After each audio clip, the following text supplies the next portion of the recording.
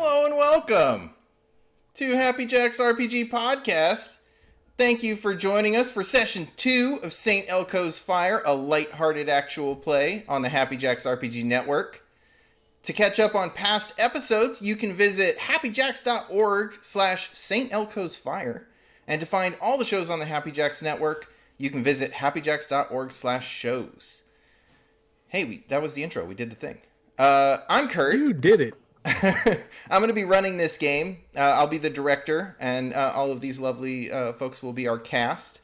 As I mentioned, this is our second session, so if you want to go back and learn more, cool. Otherwise, we'll do a little bit of a recap, and then we'll get into it. If you want to know more about Lighthearted, you can learn more by going to lighthearted.games. That's the game that we're playing today, written by myself and my wife, Kate Potts. Let's throw it to our cast to see how they're doing today. I'm going to go backwards from normal because I feel like Joe always has to go last. So, Joe, how you doing? Oh, thank you. I you know what? I appreciate the representation. Thank you. Hi, everybody. I'm Joe, and I am playing Zach, who is the primordial rebel, early Billy Idol type that is still a rebel, even though rebel's kind of getting out of style, and he's figuring that stuff out. So we'll see what happens. Awesome. Claire. I'm playing Kaz. She is from Australian, and you all are so boring. She they are very they know more than you. It's okay. Clara, how you doing tonight? How am I doing tonight? Oh no, the other one. Clara. I'm like, are we talking about me now? It's never confusing. Sorry, I have a piece of glitter that's just on the rim of my eyeball. So every time I look down, it's like a disco, and it's amazing and terrifying. Also, hello, I'm Clara, and I'm That's playing a nightmare. Oh my gosh. Sorry. If I had a penny. I'm playing Audrey Ortiz, the jock who is actually a cheerleader because cheerleaders kick ass. Oh my gosh. Also emotionally stunted, but that's just like me. I love your bow, but Zoom hates it. It keeps cutting it off. It doesn't want to show us the bow. Come on, Zoom, release the bow.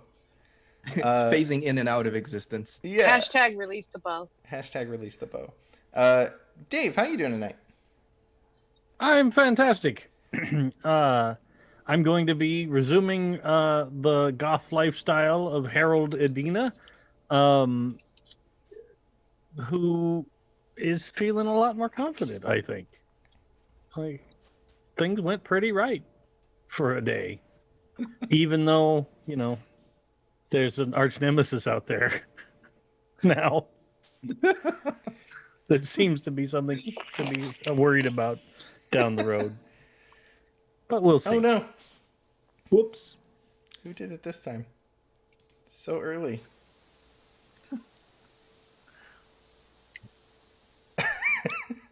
What happened? So Clara just fell off the face of the planet. She froze up right after her intro. Yeah. But the best thing is what it has done to the actual live stream is we're some kind of horrifying jigsaw puzzle of people. The top of my head is over the top of Claire's head, and the top of her head is the top of my head. Yeah, it's real good. So I'm just gonna we're gonna wait till Claire gets back, I think, or Clara gets back, and I'm just gonna vamp a bit before I do the recap, and I'm gonna make a note of what time this happened, and we'll cut it for later. Like it never happened. Mandela effect. I swear, it's every time with this game, Zoom explodes at least at one point during in this game. Okay, so let's talk a little bit about what Lighthearted is. So if you're new here, if you're just showing up, I'm sorry that this is what you have to experience. Max Headroom really let himself go today. Hey, look, we're back! Hey! And you guys are in the wrong spots. All right. Yay! We're just going to Can you fix just it. We'll do it switch live. Name tags. What just happened? It's so good. All right. I don't have a good explanation for what just happened beyond my own idiocy, so enjoy. It's Oh, okay. Did somebody use the microwave again? It's No. it's better than the crazy audio loop they had in the that other game. Oh, that was so funny. We're just going to fix it. What was that? Blair in the first of the Pembroke games, was it? Yeah, Blythe. Sorry, yes. She had her audio froze and looped, so it just kept saying I forget what it said over and over again. Oh, I wish I could remember. It was like a 1 second loop of her just saying the same word and a half over and over again. And she restarted her computer and came back, and it still did it. They ended up having to restart the whole Zoom thing, and it still did it. It was the comedy of errors for a half hour. Oh my god, I love It was so good. Oh my Wow, gosh. I don't have any backgrounds. That's intense. Yeah, no. In this case, my computer just doesn't. It does this thing where when it's out of it gets unplugged every once in a while, and when it's out of battery, it doesn't tell anyone. It just shuts down. Oh, that's with fun. a pop. So it just went, and I was like, "Oh, okay, we're off." Good times. All right. Well, I fixed this stream where everybody's back in their box now. All right, and that was Lighthearted. Thanks for tuning in. All right. Well, I Had a mean, lot of fun. we did the intro. It was good, so we could just cut this part Moved out. a lot of plot forward. If anyone was in chat and is still there, thank you for hanging with us. I really appreciate it. I'm so sorry. It's all good. It's not your fault. All right. So, last time on St. Elco's Fire, I think in the recap intro of our show, we get really quick shots of things happening, right? So we get that this happened and this happened and this happened. So we see Harold and Audrey forcing Seymour into a new seat. We see Zach busting into class singing, it just poof, and he's like, ah.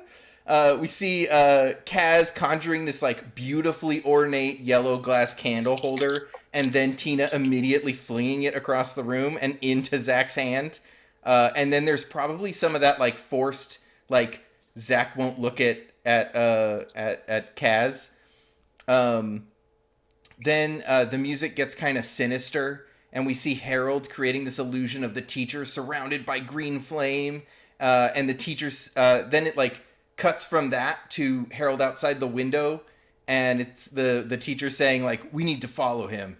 And then that wipes away, and there's a little bit brighter music going on, and Harold busts out of the bushes to find Audrey with her hands jammed in her pockets, and it's the camera is panning a little bit so we can kind of see that the pockets are something we're supposed to pay attention to, and then it does a quick flashback to Audrey trying to shake away the light palms, and then back to her and Harold. The spirit fingers.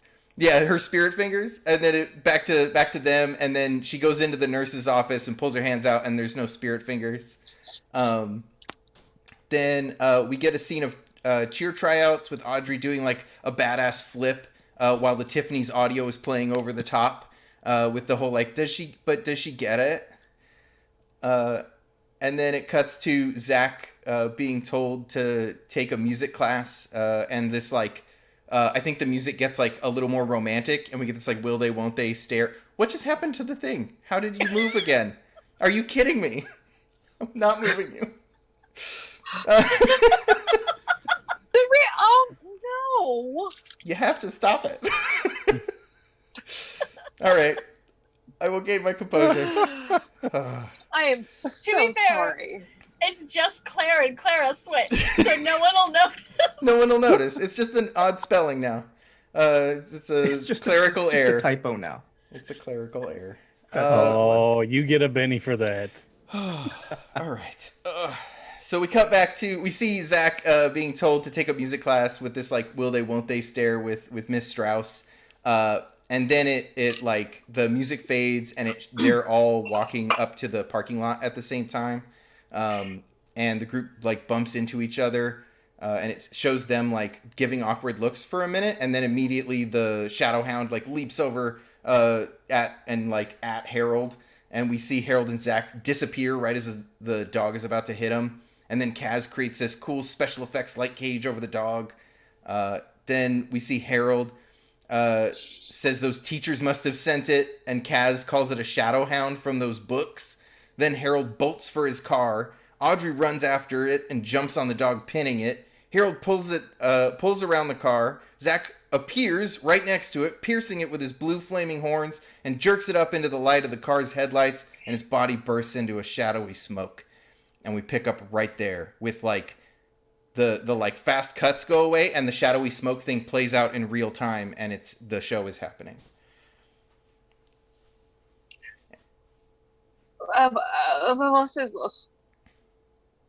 What has happened? Okay, this is not how I wanted my first day to go. What is I this? know it's not. But that teacher guy sent some kind of shadow demon to come and try and kill me. What teacher guy? Our teacher. What teacher would? Why would a teacher Why? send a? Why? Okay, first of all, why would a teacher send a monster? What is this? No, did you see what he made in class? I'd send one too. So it's. I saw him with a bunch of other people by the beach with the crazy green fire going last night. And then today, when I saw him in class, when he got mad, when Zach came into class late, his face just struck me, and I remembered it was him. So that's why I did the cloud of darkness and his own face coming out of it thing, because that's what my memory had of him out there by that green fire. And you're And then sure you weren't drunk? I was a little bit drunk, but so then I went and I followed him after class, and I peeked in the window. Okay, this sounds like I'm a crazy person. I'm not a crazy person. That sounds like what a crazy person would say. Oh, no. So I peeked in the window and I saw him talking to some other person in the faculty lounge, and they said, "We got to follow him." And that's right before I jumped out of the bushes and helped you with the door. Again, you sound like a crazy person. Well, I'm not. You all saw this shadow Yeah, creature. you're talking unicorns, man. This was right here. We all saw it. No, nothing happened. That wasn't nothing happened here. Oh no, Not a thing. There was Like, shadow hounds. That's not a thing. It could have been Not a thing. it could have been an Nothing happened here. experiment gone wrong by another student here. Like, I think you're. Have you you're ever reaching seen for a magic lot. that looks like that before? Okay, no. Yeah. Like Well, that's his all side of our survival. magic is made out of light. It's not made out of smoke and darkness. What is Berlin like? Audrey like looks at Kaz like completely confused. Which part? I don't know. Apparently, That's all the answer they give. They just yeah. which part? I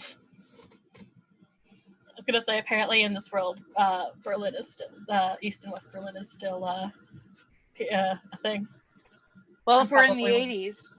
Yeah, probably worse. The year that this session takes place is actually the year that the Berlin Wall comes down. 89? So, Or 88? All right. oh, I thought it came down in 87. Wait, No, it I does could come- be.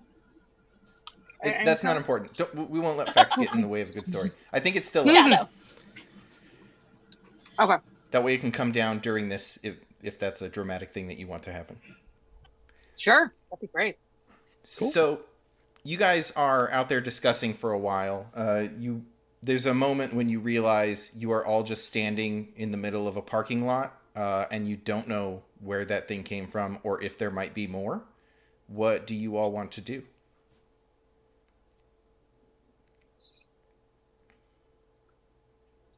I think I need a drink, but apparently not a real drink because we're still technically underage. Depends on which bar you go to. Good point. Anyone interested in getting something to drink? Yeah. Will they serve us here? I assume. I know a place. What do we call Alright. it? What do we call our bar? St. not Elco's Fire. Oh, of course we did. So yeah. I'll Yeah. go, I guess. I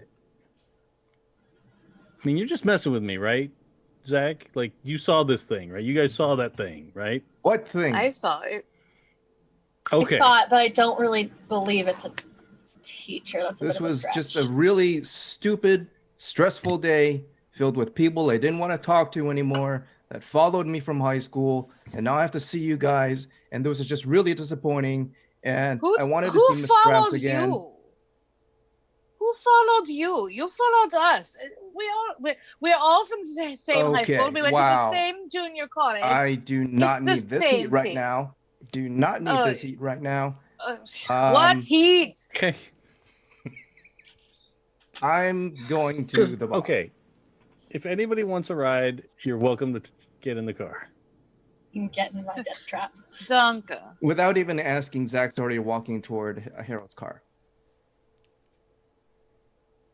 So Let's go. You're taking I your was own gonna say- car, I'm Claire? coming. I'm taking my Clara? own car. Does Kaz have their own car? What do you think? No. Probably not. They need a ride. Who wants all of this in their car? I You say either that. way. Yeah, I do. Audrey's Who just gonna wants- stare at you. All right. Well, Well, you're more than welcome to ride with us, but her car is German. yeah, I'm going. I am going with her. Come By all along. means. Come along, Amber.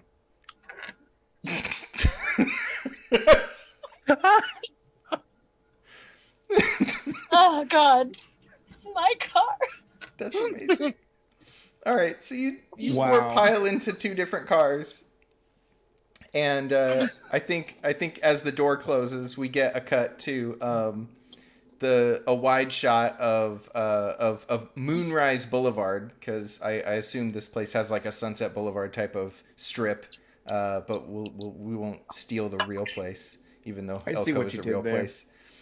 So we cut to the two cars, like a shot over of the two cars, like the beige car up front, or no, sorry, the spray painted black Lincoln, Yes. and the pink Carmen Ghia, like cruising along Moonrise Boulevard. And what are some quick shots that we see to show that this is like it's like a busy city? This is the shot to show like what is the city like where Elco takes place. So like, what are some scenes we see on the street? Like, is there a concert going on? What are some things we see? And I Do will we call pass- on somebody. Go ahead. Sorry. Do we pass through a rough part of town? I think it's the 80s and it's a TV show, so there's definitely like some criminal element on the strip. So we see a sex worker and a negotiating with a client. For sure. Yeah.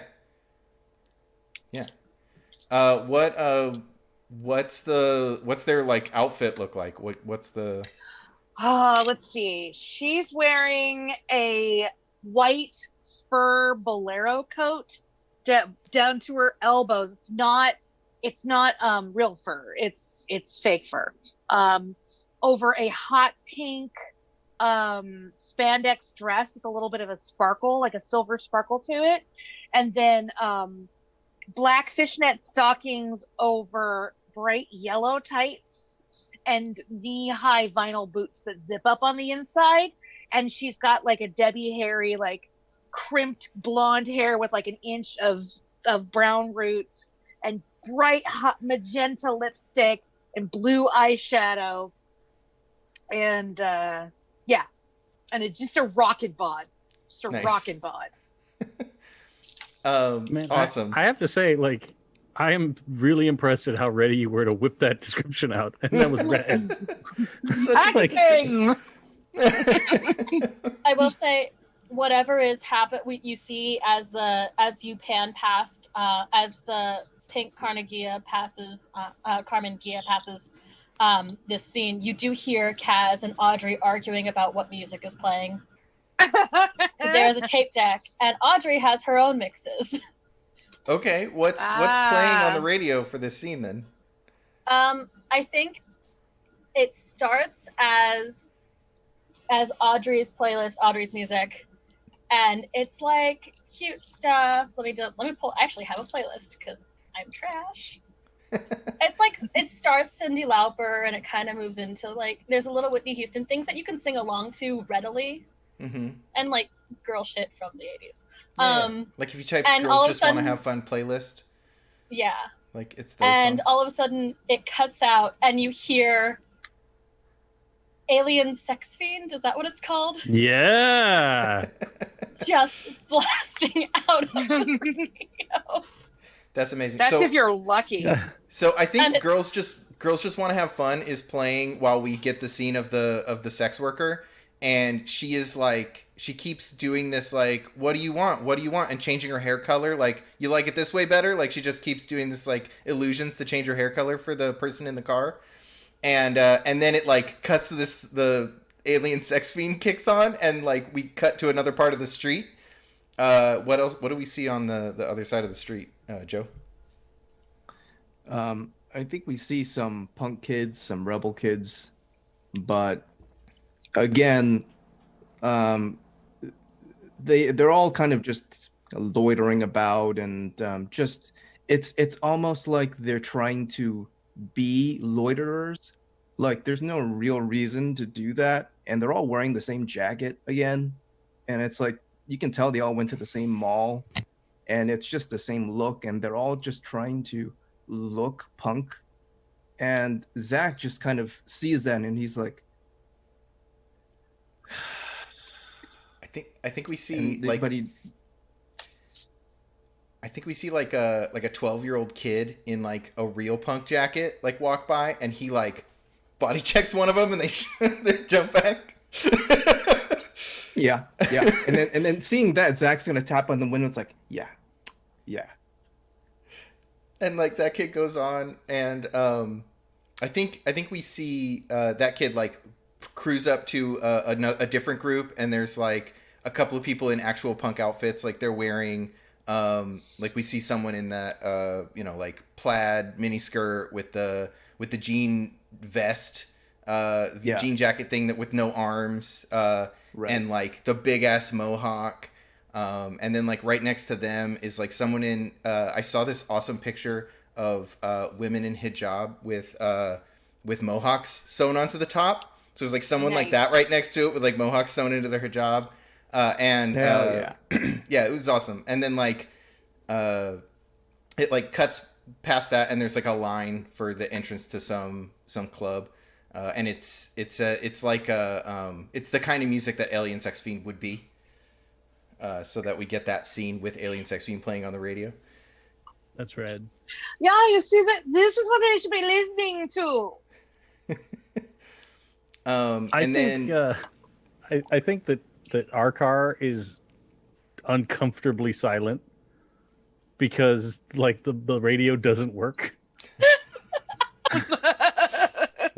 So it's just like the two of us like at every stoplight, it's just sitting there looking forward, not talking to each other. Right. Mm-hmm. Oh, I'm so sad. That's amazing. And then what are some other things we see on the street, Clara? I'm thinking because my brain is trying to orient me in space, and it's not working. That's fine. This is fine. I think we do pass like the large mall that is advertising some sort of like kids show. You know how they had like traveling mall shows? I think they still do. Like Tiger King. Yeah. Yeah, but Yeah. lamer. Like a Barney on ice. Yeah, like the Like wobbles. the elephant show. Yeah, the wobbles would be there. Woggles? Nice. What are they? I don't know. The Wiggles. Wiggles. They're Thank called you. the I'm Wiggles. getting the fake ones confused with the real ones now. The Woggles Woggles sounds are the great ones for this from universe. 30 Rock. That's right. Yes, the Woggles are from 30 Rock. The But in this case, Yeah.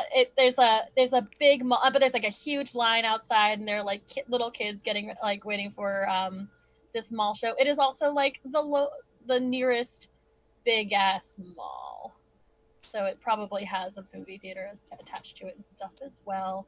And you can Nice. see, not rebel kids hanging out there. So we see like completely blown out hair. some preppy kids like hanging out outside the mall, and so we could tell like these are two different worlds that exist. Like But they're almost cheek to several, jowl. like just like 3 blocks away from each other. These two worlds exist. Yeah, like down, like within walking distance, like not even walking distance, within like the same like few blocks, is the sex worker. There is a punk rock club, and just the biggest commercial capitalist like totem known to man. Nice. What's something else we see, Dave? I think we passed by like one of those like kind of like the Orpheum, right? Like classic theater with the big marquee out front. And there's a big line of people because it's like some kind of movie premiere tonight. Not like a red carpet kind of thing yet. Like that'll happen later. Like they're setting that part up probably, but there's like all the folks that are there to try and see people and like hanging out there, that kind of thing. Nice.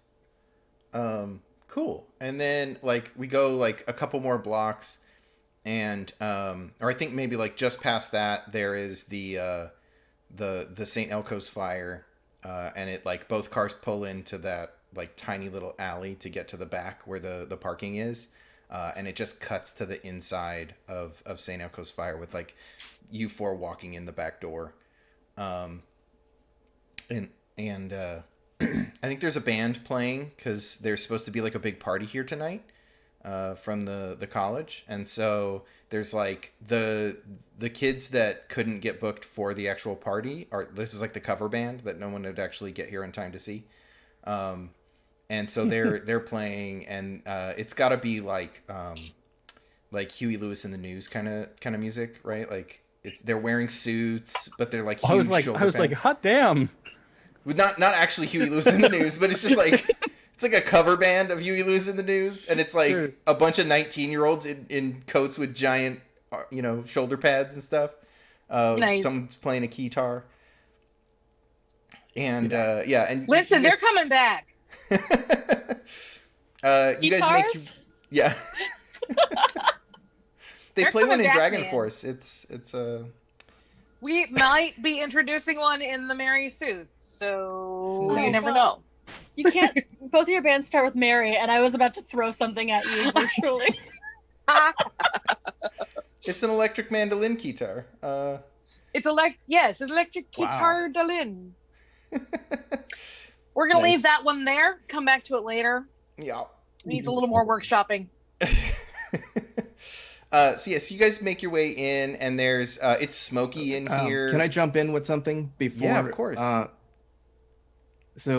think Harold and I have been just uncomfortably silent the entire time, but just moments before we get out of the car, Zach's gonna lean over and just kind of in one breath just say, by the way, Audrey and I in high school saw a cult of teachers, and they were summoning green fire, and they were in black robes, and we ran over a unicorn. And by the way, unicorns are real. Don't ever talk about any of this. I'm not going to talk about this again. If you mention any of this, I will kill you.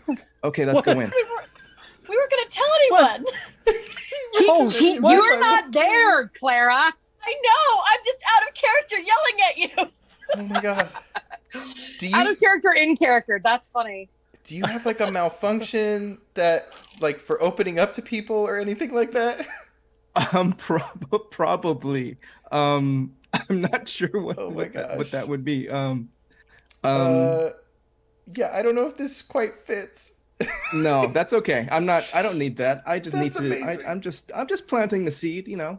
Yeah. Man, I am going to be a gibbering mess by the end of this episode. Wait, what has he just gained an XP when he let a friend comfort him by listening to him? No, Or I is didn't it let him out? comfort Only me. if he lets him I comfort did- him. I don't No. think that's comforting. Like, you in high school, you saw these teacher cultists, and they had a unicorn that you murdered. Hey, shut up. Like, what? Oh my You god! sound crazy right now. You're sounding crazy Was right it- now. Shut up. Was it a shadow drink. unicorn, or was it a? Why are you talking about unicorns? Listen, you throw out something like that, people have questions, I didn't- man. I didn't throw anything out. You just Oh, okay. You just need to get a drink. We're getting a drink. I'm getting you a drink. We're gonna have drinks. We're drinking. Yes, Do you drink? You're gonna drink. yes. I need it. Oh, Oh, awesome. And like we see that, and then we cut to inside the bar with all the four of you sort of like bunched up as the bouncer had to let you past. I think the bouncer is checking IDs, but like not actually looking down. Like there's a point where he's like ID, and then you hand him your ID, and he just like waves a flashlight over it, but doesn't take his eyes away from like what he was looking at in the parking lot, and just gives it back to you. And you guys make your way in. I show him my class registration card. Like it's not even an ID. Yeah, he doesn't even care. He's just like, he doesn't look at it. He just waves a flashlight like he's checking it and hands it back. And you all make it in, and we see the smoky place with the awful band. What do you all actually? How are you all feeling going into this scene? I'm very excited to be around. Because they were an adult when they left Germany, because they left when they were like 17, and they came to America, and suddenly they weren't an adult anymore. So they're used to being able to go to a bar, and they can't. So they're like, yeah, We found the place. Yeah. Yeah, this place definitely gets busted in like 6 months. But until that happens, for sure. Yeah. So everybody, mark what emotion is your emotional state, like how you feel as you walk in here, especially with that bomb dropped my on emotion, you, Harold. yeah, my emotional state was shifted to blue for sure. Like I was kind of like in that like yellow after the fight, because like we took care of business, right? Like, yeah, okay, crazy shit happened, but like friends came together, you know, Care Bear stare and everything like that, man. So yeah, but now no, now I'm all the way back to blue. Nice. So yeah, so you all get in here. What's the first thing you do? Do you go for drinks? Do you find a table? I'd beeline to the bar. Kaz just Zach also beelines to the bar, sees Kaz, and then still beelines to the bar, but he definitely takes a pause. Awesome. The ever insecure realization with who I'm with, and look for anyone I might recognize before finding a place that they are not. Audrey, over here! Ah, fuck. Sorry, that was our fuck. I saved you a seat! hey, yay! We used it in game. I keep stealing it. I like that the jock cheerleader all is like, of your friends are over here. that's amazing. Well, okay, so then definitely I'll Tina probably is try and here. find a table. Okay. So I think you like you hear that, and then you see Tina. Because I think she's like rushing this sorority. Oh yeah, there's a party, isn't there? And so she has to like help plan it. So she's like here to, I don't know, make sure that there's like you could see them trying to put up decorations, but this place is a shithole, and like they're not, you know what I mean? Like, it's not gonna make a big difference. And so they're like trying to do things, and there's like a big sign that says like, welcome Delta new pledges, or no, Kaimu pledges. Yeah, because the Delta Mu was new was the other one that is like happening at some nice house somewhere that nobody goes to. Oh, that's so sad. So there's like a big Kaimu welcome to Kaimu pledges kind of thing, and they're there in their what's the embarrassing shirt that Tina is wearing, or like clothing or whatever. It's not a shirt. Okay. It's like, okay, so you know those hats that have the little propeller on the top of them? Yes. I don't speak from experience, obviously, but it's definitely a hat with a propeller on it with the Kaimu stitched onto the front, and it's in the Kaimu colors. I have no personal experience with that kind of hat at all. Say it one more time. And Yeah. We'll believe you. One more time, we'll believe you. Anyway. Moving on. So yeah, so you see her, and she sees you, and then Zach screams, "Hey, your friends are over here. We're over here." What do you do with that? Low key about to rush Kaimu. Like, how much do I care about my reputation? Fuck it. I'll head over to our group of people, because I don't have time for sororities. I have a job, and I'm trying to stay in school, apparently. Okay, cool. So you head over to the bar, or? Much to my chagrin. All right. And Harold, you're trying to find a table? Yeah. So it looks like there are, so there's a few tables. There's one table where most of them have like the reserved Kaimu rush or something like that on them. And there's like a few people standing around them. There is like, and then like back towards the band, there's some tables that are empty because they're kind of loud and bad and nobody is really there to see them.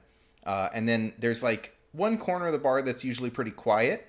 And it has a table that's only got one person at it. So yeah, so you could try Seymour. to like. Is it Seymour? I mean, 100%. It's Seymour. So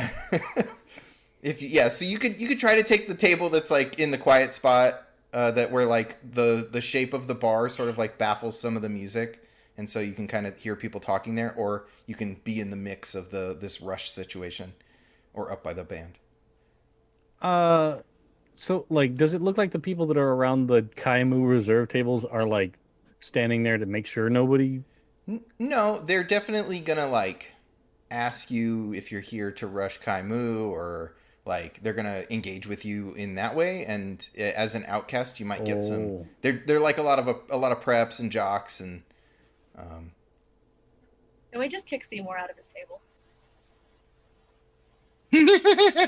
Yeah. Yeah, do it. It'll be funny. Yeah, I guess I gotta go over there and see who's at that table.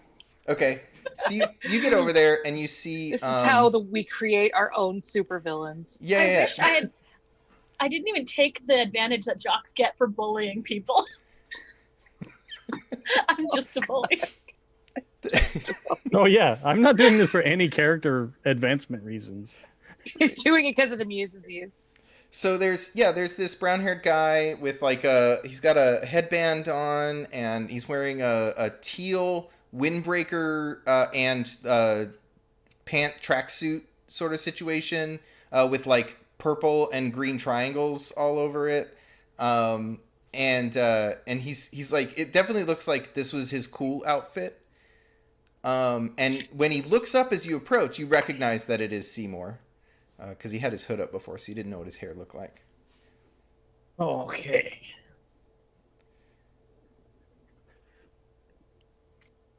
Hey, buddy. What do you want? Well, you came out to have a drink, huh? All by yourself? You want a what? You want to buy me a beer or something? No. Well, maybe, I don't know. Is that what Like, I was just inquiring if you're here all by yourself. I mean, Oh, yeah, I'm here by myself. oh, well, you feel like a beer? You thirsty? And he like looks down at this notebook that he has that he's been like writing in, and he closes it and like slides it to the side, and he's like, I don't know, maybe you're not. Are you? What are you here to kick me out of my seat again? No. You had the one seat I really wanted. That's all. You know, you gotta first day of class, man. You gotta be tough, so nobody knows to mess with you later. It's not prison, dude. It's community college. You didn't. Is it? Yeah. Are they so different? I hope so. Well, here's $5. Why don't you go buy us each a beer? I'll hold the table. Oh God! No. Like I think he gets like really nervous. Like, oh, this is definitely how I lose this table. I think you're gonna have to roll if you want him to leave the table. Oh yeah, for sure. Oh no! Poor Seymour. Like this is absolutely a ploy to try and get him to leave the table. Yeah. But For sure. you think like is it mental? Like I was trying to confuse him? Or I mean, it could be sway. Outsmart him? It could be sway if you're trying to like talk him out of the table. It could be glam if you think the money is enough to like entice him to get up or like the beer is enough. Well, like I'm trying to sell it like I'm really actually being personable and like I'm like, hey buddy, why don't you go get us some beers? I think Can that's I sway. help? Okay. I have an idea. Can I help? Yeah. Um. If you can get yourself into that scene. Okay, so Harold is getting beer, is giving him the money for a beer, right? Yeah. And I assume I can hear this all happening as I walk over. Audrey wanders over, sees this, kind of figures out what's going on, and nods her head over to Tina, who is wearing that stupid hat. And she says, actually, better idea. Actually, you know, Tina's been looking at you this whole time.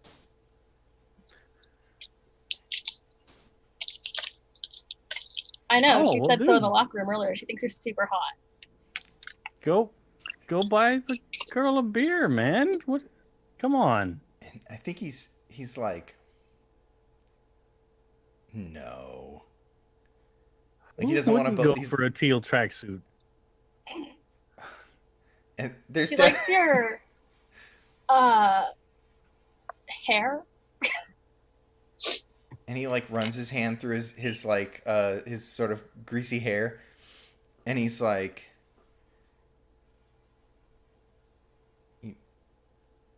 and I think you guys got to roll.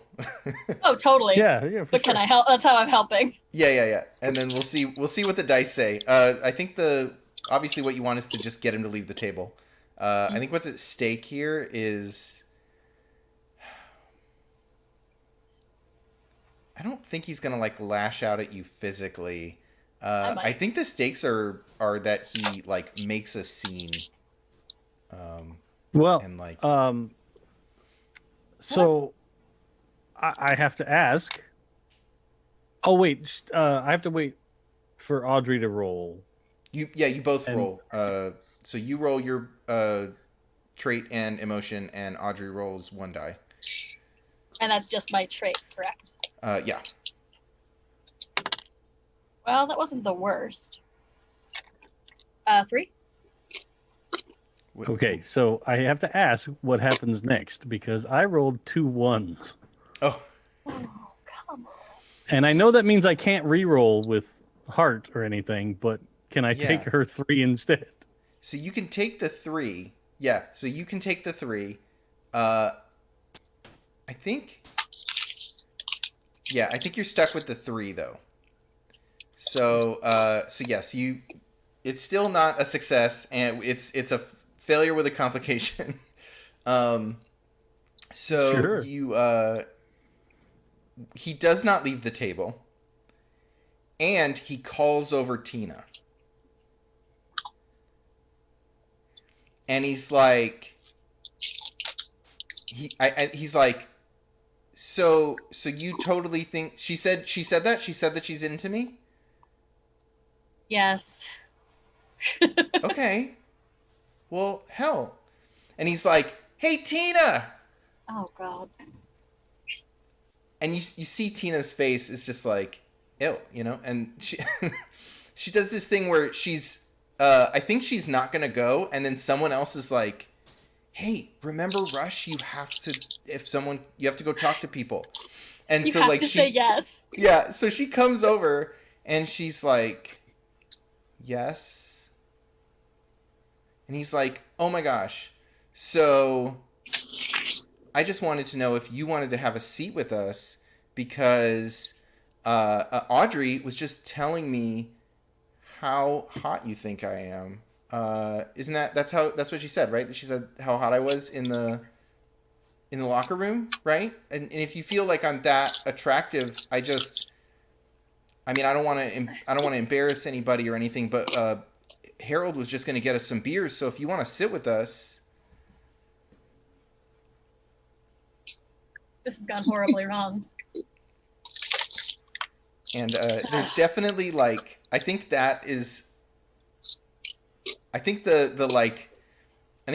both of you are stuck with this sort of like embarrassed Awkward. consequence. Yeah, sure. Now we have to figure out a way to get out of sitting at the table with them. Yeah. Both. Yeah, this just got really awkward really fast. And I think Tina can't actually say no because she's rushing and someone asked her to do something. So, I mean, unless it gets really weird and then she can say no. But, like, you know what I mean. So she's like, yeah, I'd love to. And she looks at you, Audrey, and is like, what are you doing? Shit.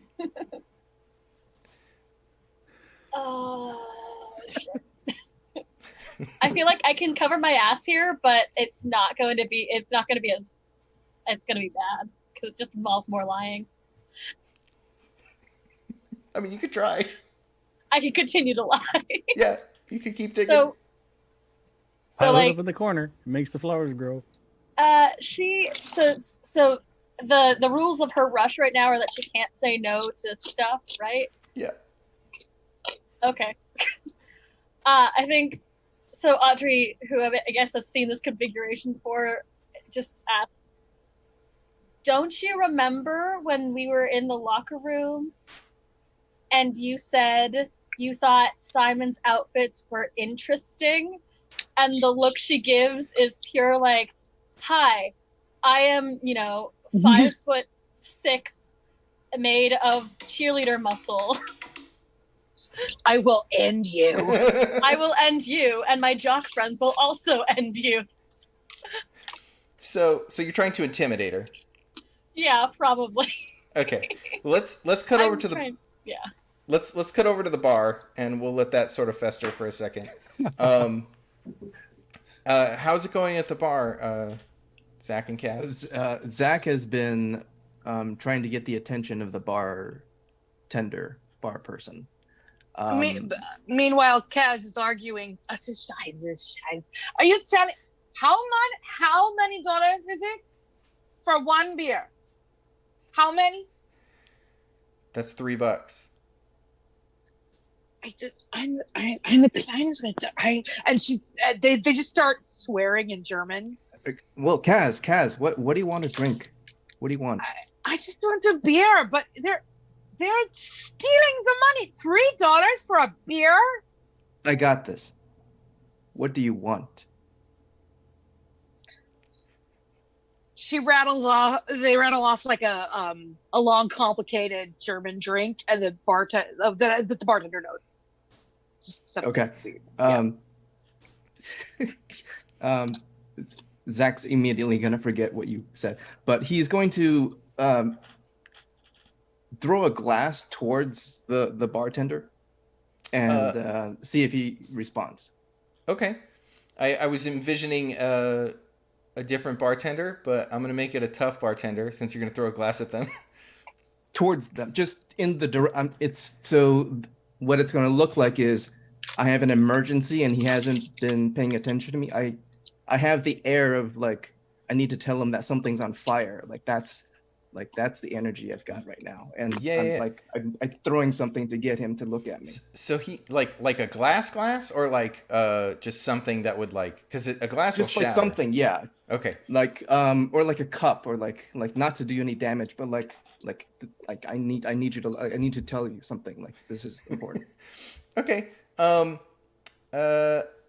think like that would piss someone off more than anything. Unless you want to Okay, I can work with that. Okay. That's fine. So I think that dude is like this thing shatters behind him and you get him to look over and you have his attention for about 5 seconds before he realizes that you're just like a punk kid and like okay. you get to like what do you do?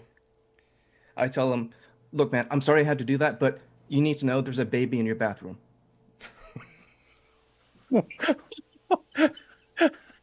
I don't know whose it is. There's a baby in your bathroom right now. You got to go do something about that. I don't know whose it is.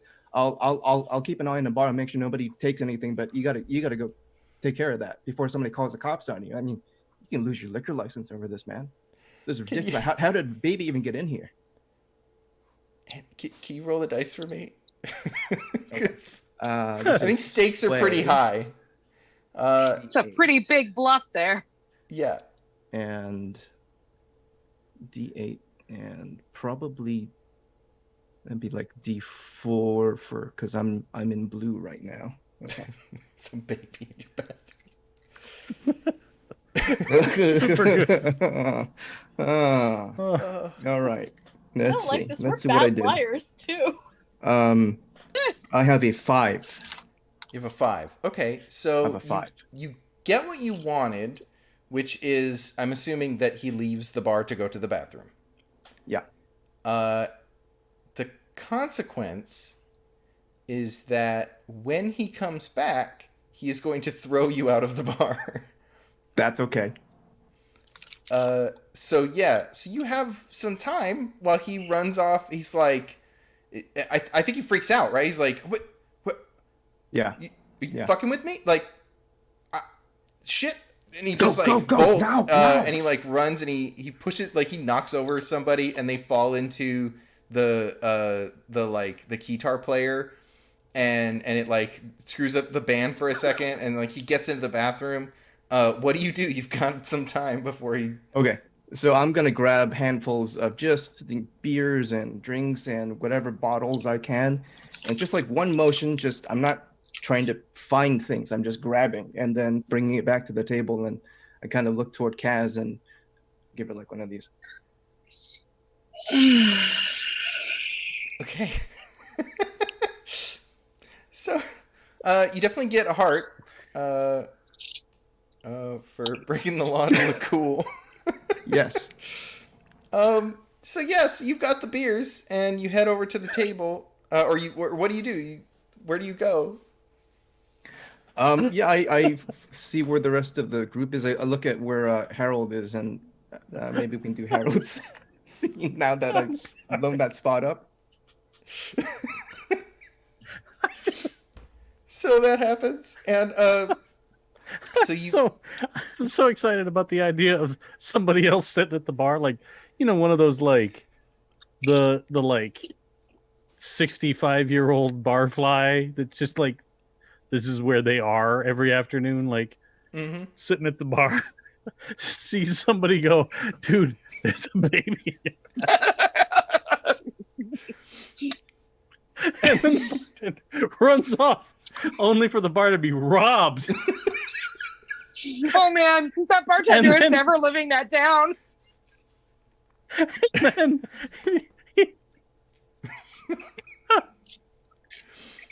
I'm sorry. And then he doesn't leave. He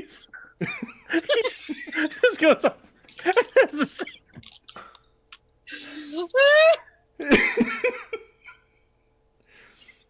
So, oh You're welcome. Oh man, it's so good. my gosh, you're gonna be banned from this bar. Oh, this Okay. is how we end up going to the other bar. Okay. Not, So- there's still a way to save this problem. Oh, this scene's not over, guys. Like, come on. So you No, get I'm to the not giving up. table. You get to the table with Harold and Audrey and And I Tina. follow him. Yeah, and Tina is sitting there, like uncomfortably. Like her posture is the most away from Seymour she can possibly be. Like she's doing that thing where like even her shoulder is kind of turned away, and she's just like one word answers to everything he says, because she has to stay there and talk to him until there's a reason that she has to leave. So Kaz is very moved by the fact that she looks so uncomfortable. So Kaz is gonna say, I think I heard one of your friends calling. and she's like, "Oh yeah, they must need me. I'm so sorry. And she's like forcing her way out of the area. Oh, you know, you should go and help. They could need help. And I think there's a moment where she's about to say to Kaz like you're gonna get like the barest little the tiniest little thank you, and then you say that to Seymour. And then she's just like, and like she's like mouths "you're dead," and Seymour's like, you can see him weighing the options, right? Like, do I keep occupying this table to mess with you guys, or do I take advantage of the fact that Tina can't make me leave right now? And I think you need to roll to see if he takes the bait, because he really wants to mess with you three. Oh man, Kicking him out. It's- we've made our own supervillain, and it's only game 2. Oh, that's amazing. And his super Let's see. villainy is just being awkward. I wanna know. Like meta wise, I wanna know what's in that notebook, but like that is not something Audrey cares about right now. I want How him he to defeats us is he just lets us tear each other apart by trying to 100%. mess That is with him. exactly what happens. Let's see. I want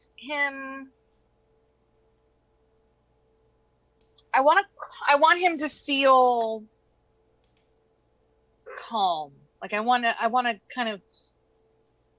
Okay, so you're trying to diffuse the situation and say like, hey, here's an opportunity for you to go and shoot your shot or Yeah. whatever. Okay. Yeah. All right. And so I want him to feel kind of like, what the hell? Yeah, I think playing on like a nerd's "hey, this is my chance" vibe, like that's definitely something you could do. Yeah. So would that be sacramental? Oh, because you're trying to assess his like the right thing to say to him. Yeah. Psych sounds right if you're trying to like judge how he feels about like, will this work? Does he feel that way about Tina? Yeah. Okay. And then am I trying to get him to yellow or green?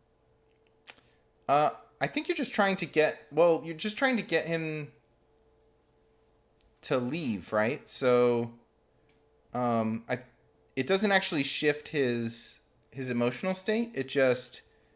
It'll convince him that that's like a correct course of action kind of thing. Okay. So what should I roll? What color How should do I you roll? feel about trying to get rid of Seymour?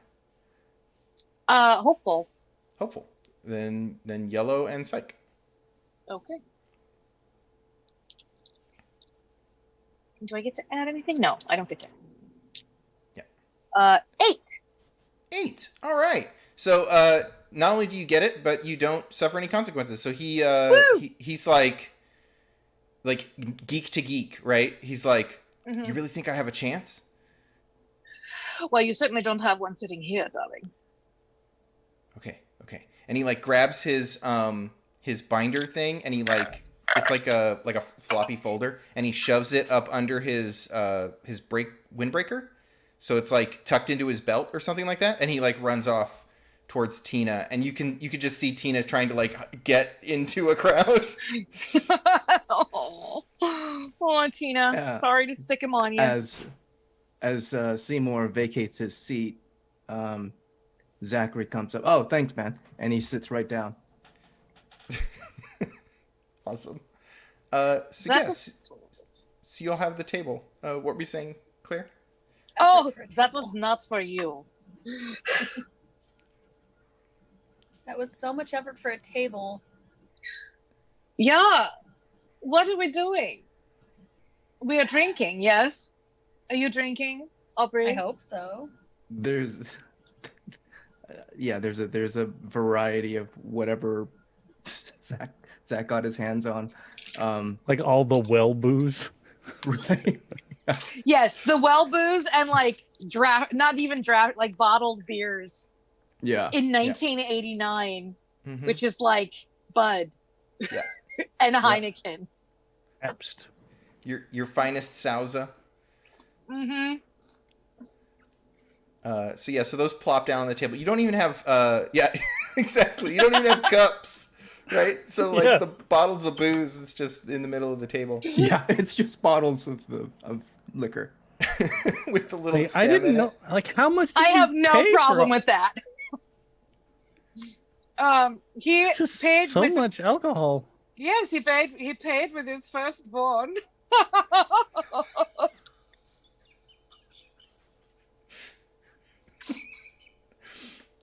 Zach Clara is so instinctively- mad at me right now. No, just Audrey instinctively- and Audrey and Harold have no idea what you're talking about, so you look real crazy. Instinctively, Zachary holds up his hands for a high five. Oh yeah, you get a high five, man. No, not for. Oh, for me, because Whatever. yeah. Because. Yeah. Oh, it's like old times. So some Old time times. passes. If there's anything you need to urgently discuss. Yeah, we should discuss because when that bartender comes back, we are not keeping. Yeah, we've this got table. about 2 minutes, so, we drink need to talk very about everything. quickly. We need to go over everything. We've got about 2 minutes. Audrey finally looks at Zach and is like, I think we should tell them about the thing. What thing? Yeah. What thing? Zach. The thing we saw last year. What did you see last year? You little tot. He was my boyfriend then. No, it wasn't. No, Kaz. Like, I mean, I would never. I mean, not that I wouldn't, but it's not like. But The like look with that her, Audrey- but like not. It's not that I don't like. I mean, you and I mean, like when we ditched that day and we, did our thing in private and we didn't tell anybody about it. And like, I mean, that was great. But like, I would never. And like, it's not like I didn't. And just. Breathe, darling. Breathe. He just starts Breathe. drinking. Breathe, darling. Breathe. Audrey just looks at you and then goes, ew, no. Like the never, no, ew, no, why, ew, no, no, ew. Really? 6 ews and 7 no's. Really? Yeah. No, okay, so I ditched and Zach was there too, and we saw some weird shit happen with some teachers. Well, like the things that he was saying he saw. Okay. And I turned to you guys Zach. plan this Zach, out? huh? Did you talk ahead of time? Did you plan this out? Right? Plan, what? No. Like this is some kind of elaborate You guys are coming up with some kind of plot to make me look crazy or something. I don't right? know what anyone is talking about right now. So I am not us guys. The effort it would I require to am not plot the guy. against you would require thinking about you more than we do. Too Whoa. mean. Okay, there's a lot of hurt feelings going around right now. Like, I mean, seriously, 6 E's? Like, I mean, come on. So let's just stay on task, right? Because the bartender's coming back and he's probably going to try and kill me. So, Yeah, I would. yeah, let's say what we all came here to say. Let's all just own up to what we've been carrying and what we've been hiding. Audrey, tell us. I'm good, thanks. Zach, why don't you tell? Since you seem to be very keen on telling, and she doesn't. I just said it.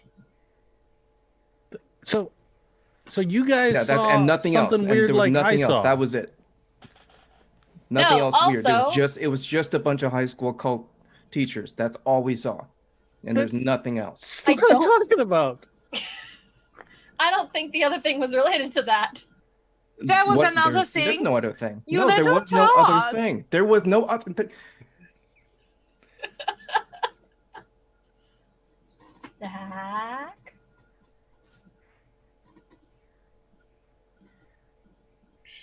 There was a unicorn. Oh. Are Was a leprechaun there as well?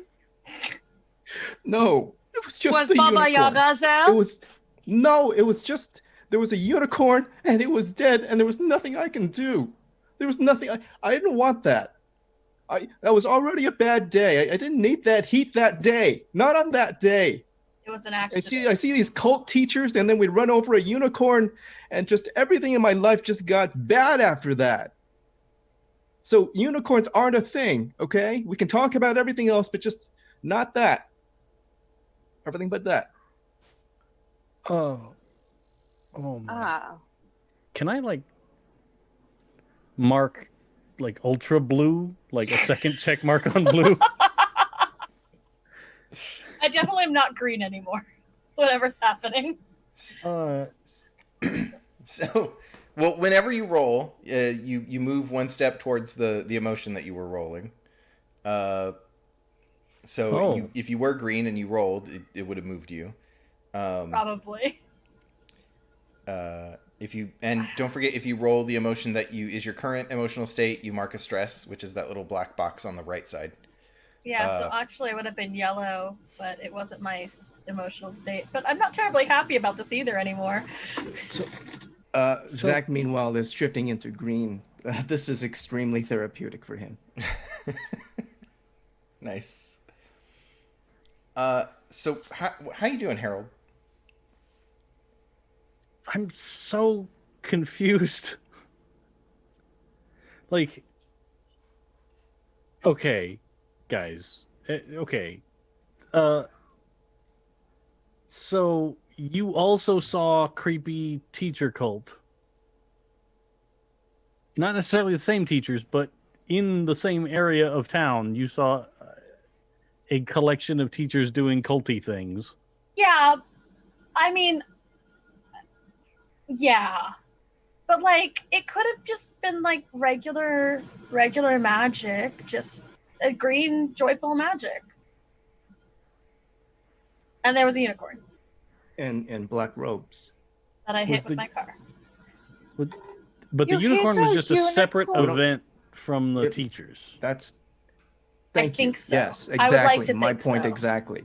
Yes, nothing to do at all with that. It's not a thing. Unicorns. So it wasn't aren't it wasn't a unicorn that they set after you like this hound that we fought today. a- Okay, I don't like where you're going with this. I don't. Let's just drop it. Let's just drop Think that. so? Okay. Let's just drop that. Yeah, what is a cult really? All Uh, right. So there is a teacher called. They may or may not be involved with unicorns. They definitely are involved with warehounds. Shadowhounds? What is it? Shadow. What is Yeah. Shadowhounds? What do we need to do? Who do we talk to about this? Who do we do? Or do we try and take them on ourselves? We are not teachers. We cannot take them on ourselves. So what? Do we know? Do we really know they're doing anything bad? Well, they're sending Shadowhounds after a friend here. So that is bad. A, I completely agree. B, after I saw them last night, I just woke up at home. I don't have any memory of getting home or anything else. Yeah. And I was drinking, but I wasn't like that And then kind you of see a drinking. Shadowhound the next day. Interesting. Or not. But here's another weird thing, right? Right before the Shadowhound showed up, I saw it, like I was standing right there. I saw it kill Zach. Wow, thanks. But I did not see. Well, Zach so is right here. Remember when I turned and I stepped in front of you, and you thought I was getting between you and Kaz? Yeah. So I did that because I saw the thing before it happened. You were imagining a Shadowhound killing me. No, I didn't. I wasn't imagining it. I mean, didn't get a choice. we go I on wasn't one like, road trip, and it got a bit weird, and like, I mean, Zach, I don't think that is what is. He is telling you, if you will listen, he is saying that it is not. He saw it. He would, if he was saying he was imagining it, he would say he was imagining it. He's saying he saw it. No, like a vision. Clear as a day. Yes. Like a vision. So, has nobody ever heard of people getting visions with magic? That's actually going to be an out-of-game question. Guys? At the end of the last game, we discussed that all four of us were chosen. Mhm. Is that something that came with a manifestation, like a glittering sign over our heads or whatever? So in the world, people are chosen periodically. It happens. Mages are the only ones that have a physical manifestation that prove that they are mages, which is they get this radiant wisp familiar thing, and it's the color of whatever color magic that they have an affinity to. So mages are the only ones that can kind of prove that they're mages. Also, it's sort of that, is it faith? Is it like, are you just an exceptional mage, right? And you got a familiar? Because you can't really fake them, because they generate light, and everything else that you do, it sort of borrows light from other places, but these familiars, they just are light. For everybody else, for celestials, there are people who say that they're celestials and say they have prophetic abilities, but there's no way for them to prove that without, like, I don't know, being a television psychic kind of thing, right? Like they can guess what numbers behind your back, but so could someone who's good at, cold reading. So for warriors, like, there are people who are like exceptionally strong and exceptionally fast, and they are usually in the Olympics, but they're not like it's not like a superhero, right? And same with the traveler. Like, if someone, I don't know, the travelers are the most rare. In fact, I don't think anybody believes they exist.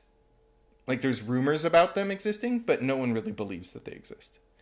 People believe mages exist, that people are chosen by Magus and have special magic, and people kind of believe that there's probably celestials, but who knows if someone's lying or not. And then with warriors, it's sort of, I mean, if they see you jump 50 feet further than, then yeah, they're gonna believe you if you say that. But that's sort of, you have to kind of prove it. There's no, like, you glow or anything like that. Like, so that's in this kind case, of how the world thinks about it. Cool. So in But, this like- case, like, Harold having a vision, kind of weird, but like hard to believe. But like, it's still kind of common knowledge, like these like, it's a thing. religious. Yeah, and it's known affiliations. that people are chosen when they encounter dark magic. When they encounter the darkness, they are they can be okay. chosen. Not every time they encounter dark magic. Also, in this world, the darkness and dark magic, people who are tempted, there's like PSAs about not being tempted by the darkness, right? Like it's like the DARE program, but about black magic. This is your brain. Yeah, this is your brain on dark magic, because it's kind of addictive, right? Like it's power corrupts and all that. And so they're you probably know, like, if someone's like, there's, you know, the same things if someone was like on heroin, right? Like, are they acting strangely? Are they disappearing for long periods of time? Do they all these things, right? Also, black hounds, like a black dog would be a bad omen in this world, because the rumor, like the like mythos around it, is that a black dog is drawn to black magic. And so if you see one, someone's doing black magic. And so, like, they're a bad omen. But, like, most people just see, like, a black dog and they're like, ooh. Not a lot of people are out here like, I saw a shadowy smoke monster. Yeah, I mean, like,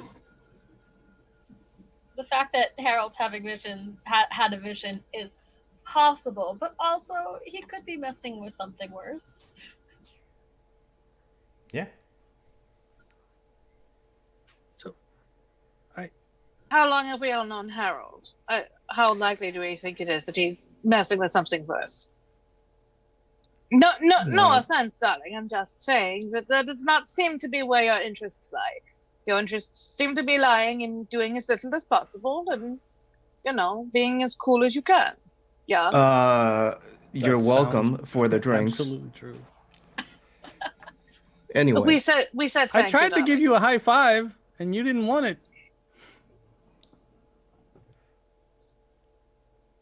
So why So don't you're we saying- operate under the presumption that Harold is in fact telling the truth, and there is in fact a teacher cult that may or may not kill unicorns for fun, and that do definitely send shadowhounds after poor defenseless loners.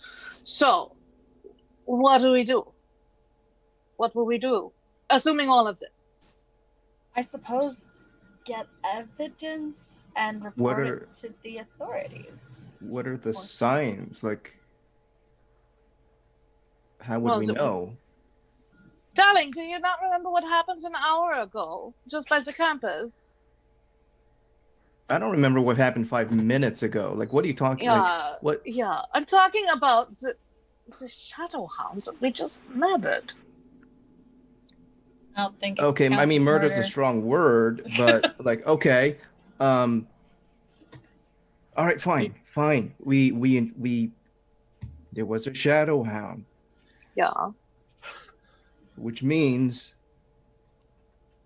there's probably somebody, probably a teacher, a professor. Doing dark magic. So what? We're gonna break into Oh the my teacher's God, lounge and find, I don't know, cult robes. But it wasn't me. So 'cause we need if to talk to somebody that's in the administration that isn't a teacher, that I can trust and is very attractive. What? I'm sorry, why for the last part? No, I was I got following you until this. just then. I got this. I think at I got this, you hear, like, that's when the screaming, like the voice is close enough that you can hear the screaming over the rest of the sounds of the bar, and you hear the bartender screaming, he's about this big and he's got this face and this hair, and one of you seen him? And he's like grabbing kids. He's like, which one of you was it? That man's gonna kill you. At which point, Zachary is going to excuse himself from the table and go and make an appointment to see Miss Strauss. Okay. But we can game out what happens if that happens. Sure.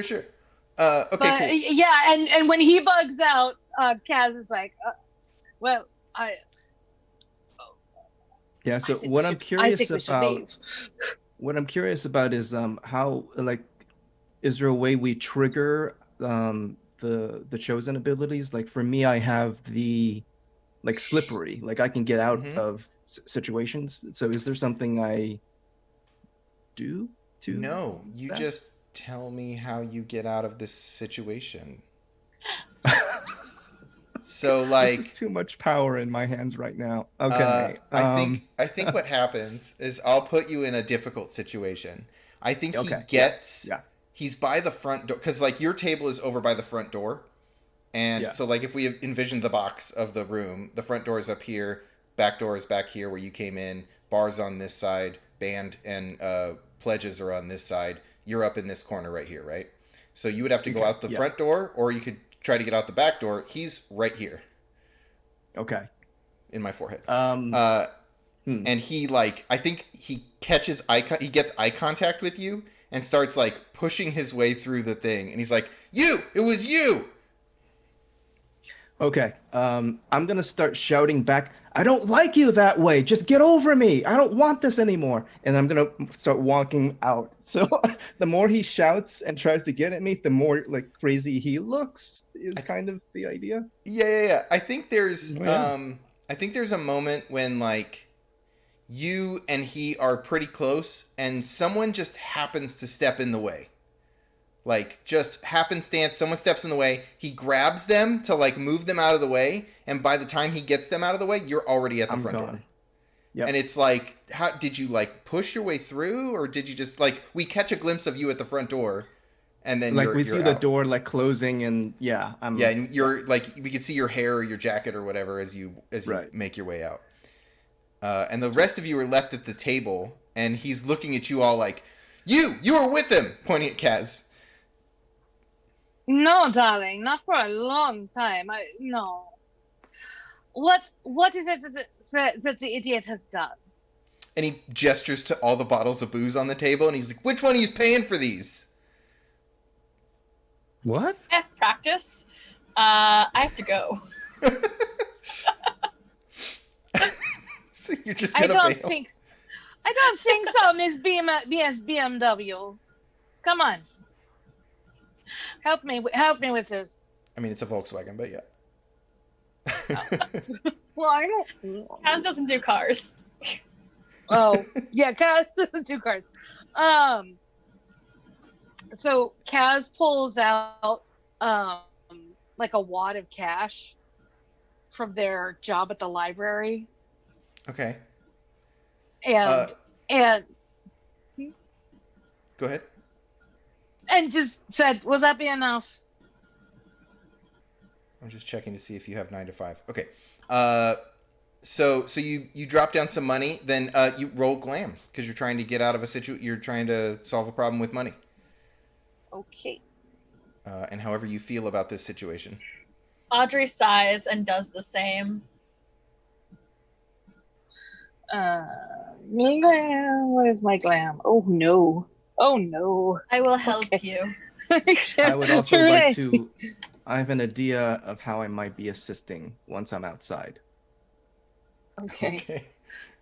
Do you need an extra die roll? I'm both excited and terrified. I think only one person can help, because otherwise it'll get Okay. really confusing if we're rolling too many. dice, Probably so don't let me help because I tend to. don't burn down the bar. I rolled a 6 to help That's what it's pay, about. It's 'cause- about the St. Elco's fire. Yes. The fire is the St. Elco. I rolled so- a 6 for you. Okay. You rolled a 6 for me. Okay. What did Kaz get? I only Um, have a 6 in glam. I'm trying to figure out which emotion to roll. Probably blue. So I think that's 2d4. That's 4. Hey, 7. And then do I get to add her 6? No, you keep the highest, so you keep your 7. 7 and 6 is so 13. No, you just keep one of the dice. Oh. Yeah, so you keep the 7. Okay. Well, no, I know. I rolled a 4. I'm sorry. I rolled a 4 and a 3. Oh, okay. So you keep her 6 Oh, instead. so I get a 10. Okay, so 10. Wait. So did you? No, you just roll mine. Mine is in addition to is one of the options you can Uh, choose. No addition. It's Yeah. just You whichever just choose the die dice. comes Oh. up the highest. Yeah. If one of your dice exploded, then you add Well, that to itself. one of my dice did explode. Okay. So that was the D4 then, Yes. and then you rolled so a 4 3 and 3. the second time, or Yes. And then I just rolled a Yeah, so I just rolled 2 more 7s. So I just rolled a 4 and a 3 and a 4 and a 3. Okay. So you keep a 7. Okay. Yeah. Cool. Which is success with complication. Okay. So yeah, so you pile all your money on there. I think the complication is that you're broke. Like that was all your money. So you're both right. gonna have to mark down broke until you can make some money. I realized I picked I picked a character with a the benefit or whatever of 9 to 5, which means that I'm going to have no free time, which is super not different than my real life. Where is broke under? Oh no, just make it a condition on glam. Condition on glam. Yeah, so just write broke next to glam. Broke. So you can't roll glam again until you deal with that. Okay. So, Audrey, what time do you have to work in the morning? What is tomorrow going to be a weekday or a weekend? Yeah, I'm just pushing on your thing there. How early do you have to work tomorrow? Audrey, I think, works after what would be after school, so she has her schedule sorted out that she has all morning classes, and then in the afternoon she works. Okay, so and then go ahead. Whatever time cheerleading practice will be, she'll make room for it. Okay, I think what does the rest of you do? Zach has already left. Kaz and Audrey paid for the drinks. I think you might be being thrown out now that you've paid for the drinks. Then we are taking the drinks with us. They are not empty. We did pay. And also, I woe to anyone who tries to literally throw me out of anything. No, I think, actually, the two of you didn't really do anything, but you are sitting there with stolen drinks. I'm pretty sure he's going to ask you all to leave. I don't think anyone is physically throwing you out yet. But he's like, all right, you paid for the drinks, get out of here. And if your friend ever comes back, I'm going to kick his ass. Trust me, we might get to it first. And I'm going to grab, between each finger, a bottle and just walk out. Okay. What does Harold do? I think through this whole thing, Harold has literally just been sitting there sort of in shock. Right? There's so many things have happened today. I think he'll sort of shuffle after Audrey with all the booze. And just kind of be like, kind of mumble sorry to the bartender as we're going. Sorry. Yeah. Probably can't even barely hear it over the band playing and the noise of the bar and all that, but he probably goes outside and sits on the roof of his car with his feet down, on the hood over the windshield, and just kind of looks at everybody that's out there and kind of just says, I don't know, guys. I don't know what to do. I'm kind of confused and kind of scared at the same time. I don't know. You guys are all kind of badass, but I've never been had anybody try and actually kill me before. Yeah. Well, perhaps we should all see each other home, yeah, and then perhaps some sleep would do us all good. Yeah. Yeah. Maybe we do some magic around the perimeter of our bedrooms before we go to sleep. Some sort of alarm or or defense of something, and then we meet in the morning, and Zachary will return, and then we will figure it out. Yeah. Sure. Yeah. Are you good to drive, Harold? I'm Not drinking sitting wise, but I'm gonna go make a phone call, I think. Okay. And I think we cut from there, and let's go ahead and do the phone call. I'm totally gonna call Mr. Whitmore Mm-hmm. and just kind of be like, can I come crash in your apartment or whatever? How long have you been seeing Mr. Whitmore? Probably like over the summer. Sure. So I think there's like you hear there's like some music playing, like really low, like there's like some smooth jazz playing or something in the background, right? Yeah, of course it is. And Mr. Whitmore is Yacht rock. It's Yacht Careless rock. Whisper. Yes. And Just he's the like, saxophone part. Yes. Harold, yeah. I mean, if you need a place, if you ever need a place to stay, you can always come and stay. What time are you gonna be here? I could probably be over there in like 45 minutes. Okay. Yeah. Is that cool? Yeah, of course.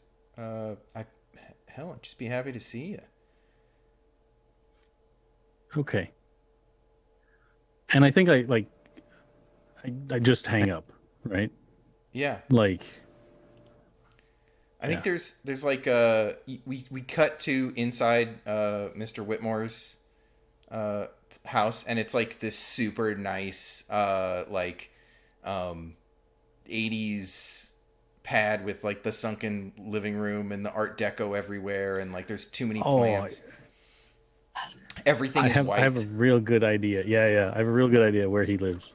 Okay, like cool. out like Malibu. Yeah. Like overlooking the water or something like that. Yeah. And you can see he was like in a robe with with sunglasses, and as you right before you hang up, you can see that he seems kind of like worried, and he's like, Are you okay? And then it cuts out, and he's like, and he like shrugs and puts down the phone and like looks at himself in the mirror and like takes off his robe to like go get changed, and he's like in really good shape for how old he is. Like we cut back to is anybody else want to do anything that night?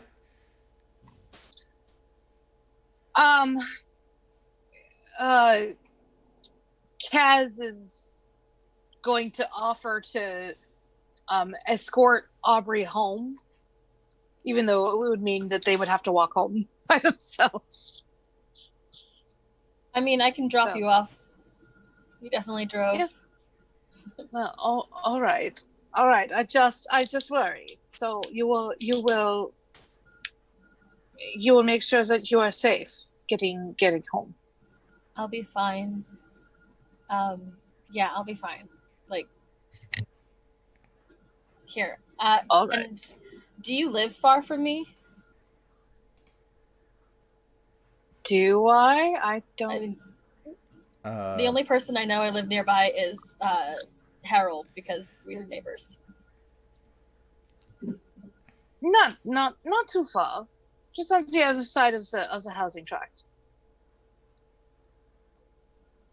In that case, I would drop her off with no problem. Okay. Cool. So you drop off Kaz and head home. Zach, where does Zach go? Zach does not He doesn't have need a this heat permanent. right now. He does need some heat because he's homeless. Oh, I forgot. We didn't get to that thread yet, but it's okay. We can explore it here. He finds a place. It's kind of like in like a junkyardy area. He kind of just hops a fence, gets into one of the cars, and just huddles in for the night. So we get like that. What song closes out that like as we see you jumping into the thing? Like it looks like we assume you're gonna go like rob a place, right? Like as you're jumping a fence. Right. Oh man, yeah. What would be a good song for that? Let me see. Hungry like the wolf.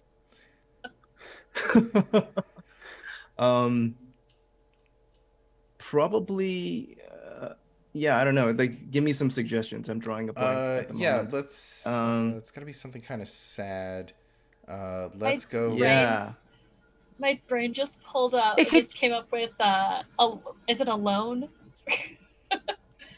Like the opening to Alone, though? Yeah, we can do a sad version, a slow. Oh yeah, it's a sad version of Alone. Yeah. Oh It yeah. could continue to be Careless Whisper too. Or it's a medley of the two. Yeah. And we see you get into like, I think we see it in a way that we know that you've been to this specific car before. Like maybe there's something in there that's yours. It's got rags and like sleeves. Like my getup is literally like, it looks punk. It looks like sleeves from other jackets, but they're pinned on or sewed on haphazardly, and like it looks cool. But like we reveal that he's been living hard. Yeah. Nice. So then we close on a sad version of Alone. And we open up the next morning with I think I want to open on, we haven't, let's see. Do we want to know anything about Kaz's home life? Is that something you want to explore, Clara or Claire? The names are in the sure. reverse. It's the reverse. So Kaz is the oldest of, sorry, just gonna roll a d6 here. 2 children. So they have one younger sibling,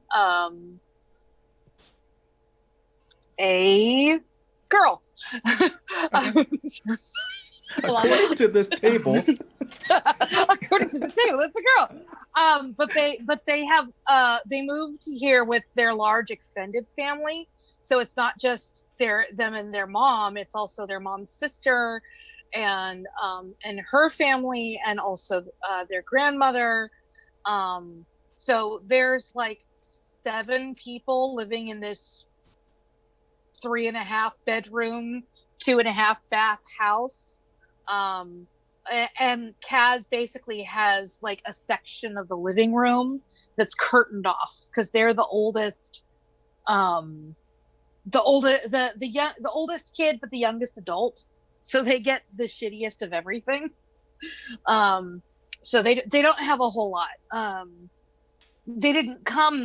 Nobody came here with a whole lot. They each came here with like 2 suitcases worth of things. And they've been able to get a lot of hand-me-downs and a lot of they originally landed in with a family who took them in essentially as refugees. And they were the US government was able to set them up with a house. And there's also various charities for East Berlin families that are trying to live in the United States that they've been able to get furniture through. Every adult in the house has at least 2 jobs. The only reason that Kaz only works part-time at the library is because they're also trying to go to school so they can, become a magic lawyer or something. A magic doctor, somebody that makes a lot of money. And a magic computer programmer. That's right. That's what they like to do. And so the house is visually overwhelming because of all of the stuff that's there, but it's clean and it's tidy for what it is. There's just 7 people's worth of belongings in 2,400 square feet. Nice. So I think we see like we open on the kitchen, and it's probably your mom and aunt. Yeah. Like making the food. Who I for will all not of... name Anna. Yeah. You have an aunt named Anna, of course. Ilsa and Anna, exactly. Yeah. Ilsa and Anna. So they're like making all of the lunches for any of the kids that live in the house. Like you know, your mom probably still makes you a lunch, even though you're off to college now. And vegetarian, hello. Right. And she's like, I remember, and she like takes a sausage out of your lunch and like moves it to someone else's.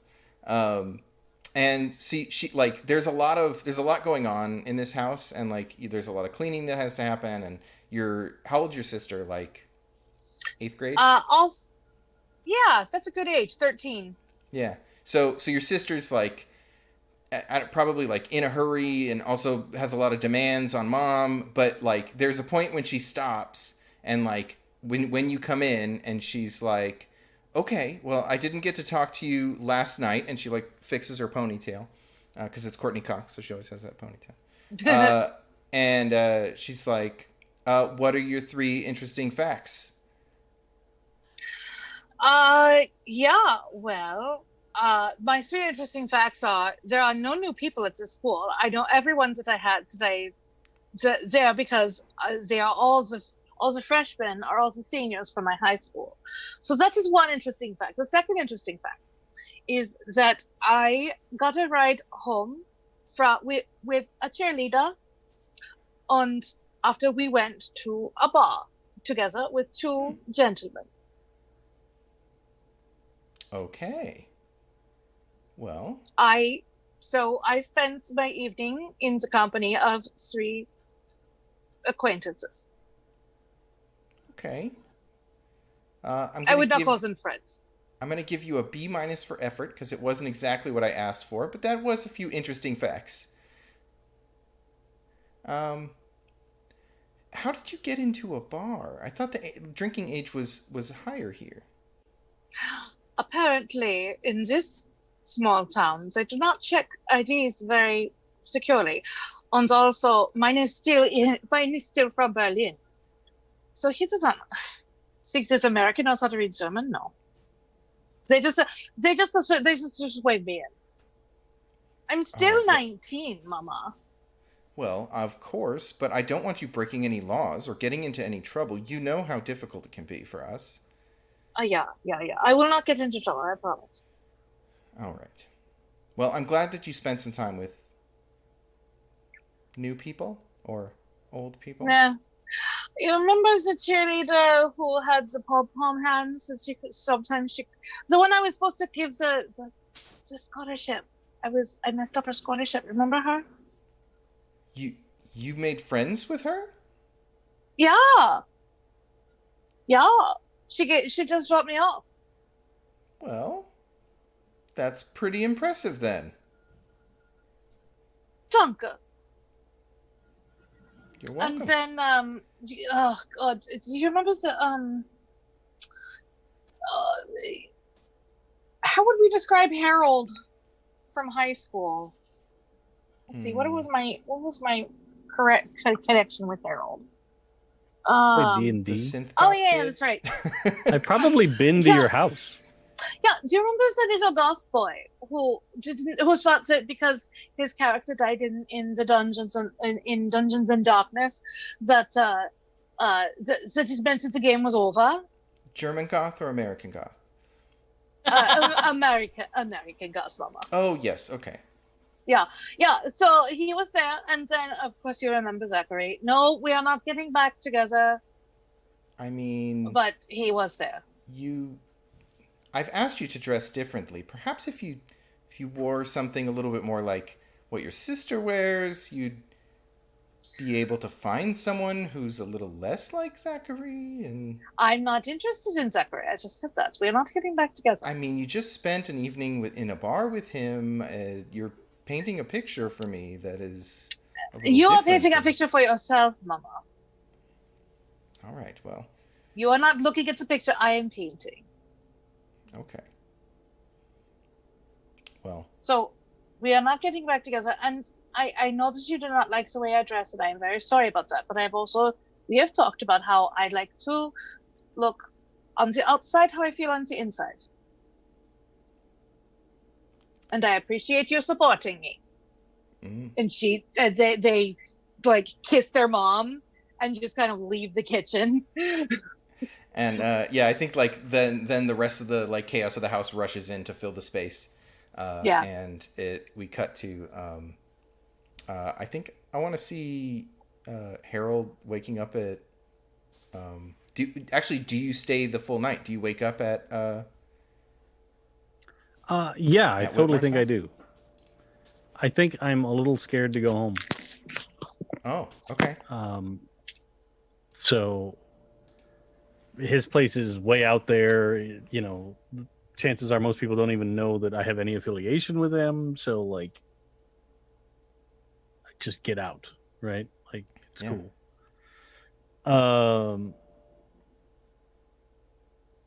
But yeah, I think I probably wake up alone because he's probably one of those gets up at 6 a.m. to go exercise Mm-hmm. people. Yeah. So like he probably goes down to the beach to run, right?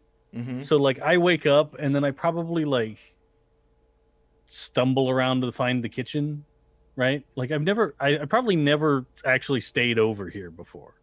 Mm-hmm. Like I've probably come and visited and hung out and then leave at Right. the end of the night kind of situation. So like I find the kitchen, make coffee, kind of wandering around this big empty house is weird, Yeah. but I think there's a newspaper out with Okay. with an article about a missing person.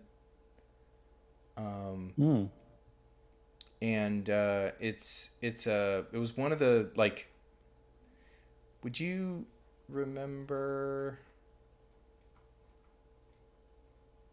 I'm trying to remember the name of this character. Where did we say their name? I think their name was Philip. It was a nerd from the bonfire. You would have gone to high school with them. yeah, I mean, probably. So there's a picture, because I think he's 18 now. So like, there's a picture of like it's probably like a high school photo, and it's like went missing 2 days ago. If you hear anything, like here's a contact number, and then it's like last known location, beach party or something like that. Oh man. Okay.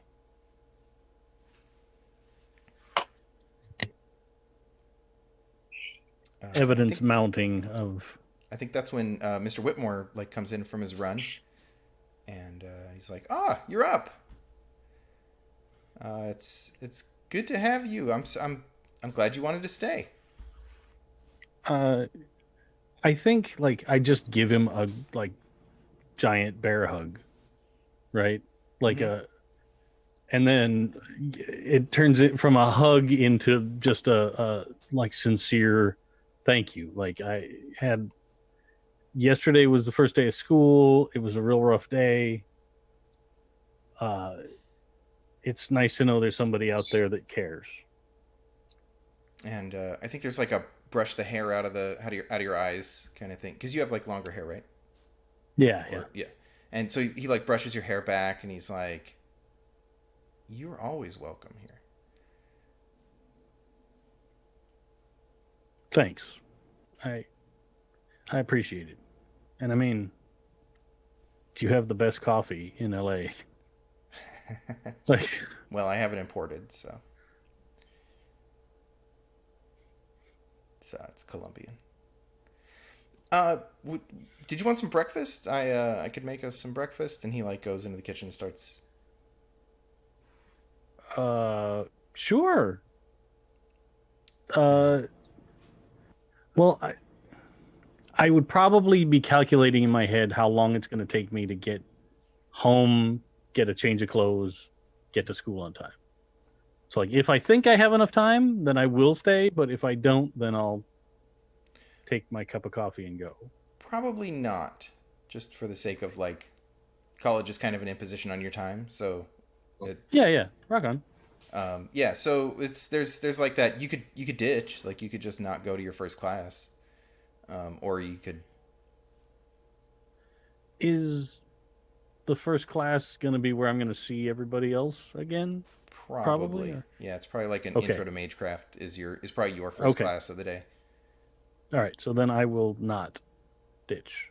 Okay. So So I'll he- probably, thanks. I've got to drive all the way back to get ready because I've got class this morning. And he's like, hey, you got to do you know, but if you ever find that it's just not for you or whatever, like, there's a warm bed and a hot meal waiting here. Like, there's it's sort of this like I could take care of you vibe you're getting. Sure, yeah. Um, And I think it's probably like I give him the like, oh, I know, but wouldn't it be much more interesting to have somebody that has some more culture to be around? Kind of vibe. gotcha. But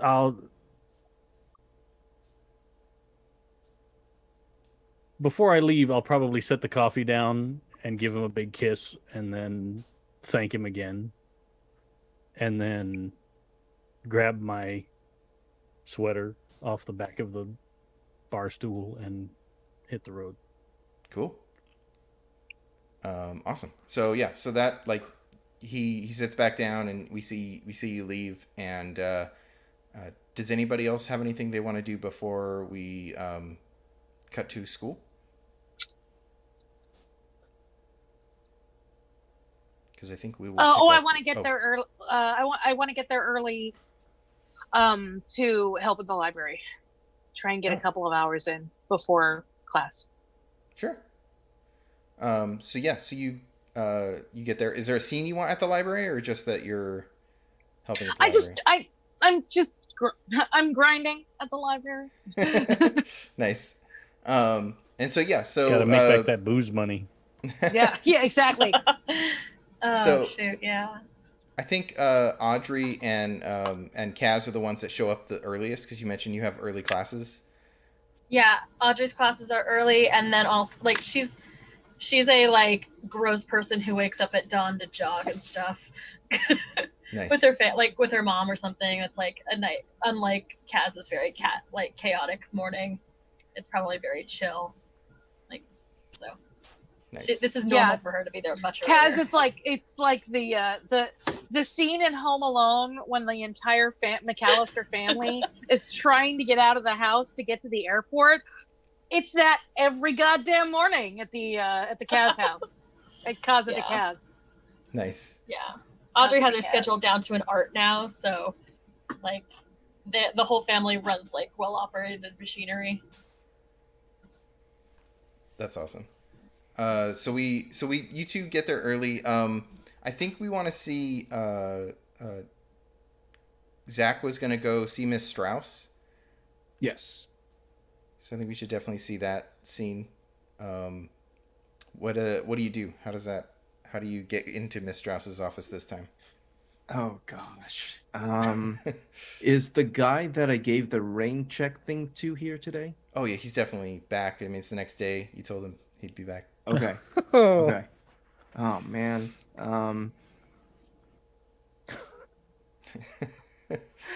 God. Okay. Thank God this isn't Seymour.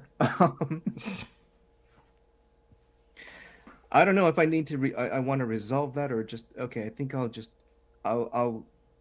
try to get in there and not be seen by that person. Okay. I get there early. I put my name in like regular. I'm gonna try and do this the right way. Okay.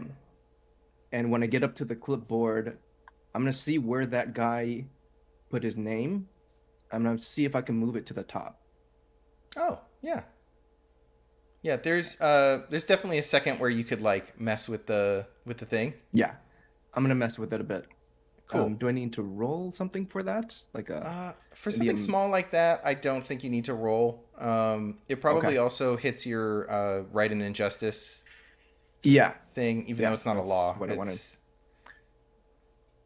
yeah, it kind of skirts that a bit. Yeah, But yeah, that's I'm fine. trying to make it right. Yeah. yeah.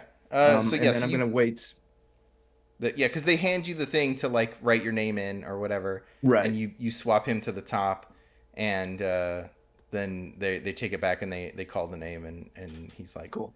oh wow, I've only been here like 10 minutes, and he like gets up and goes in, and then like there's some time passes, and Miss Strauss calls you into her office, Okay.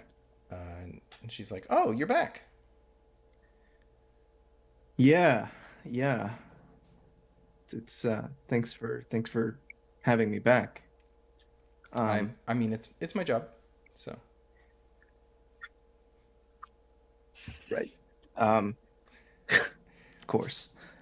Um, Look, I know I can come off intense, and I'm a lot, and not a lot of people can take my kind of heat.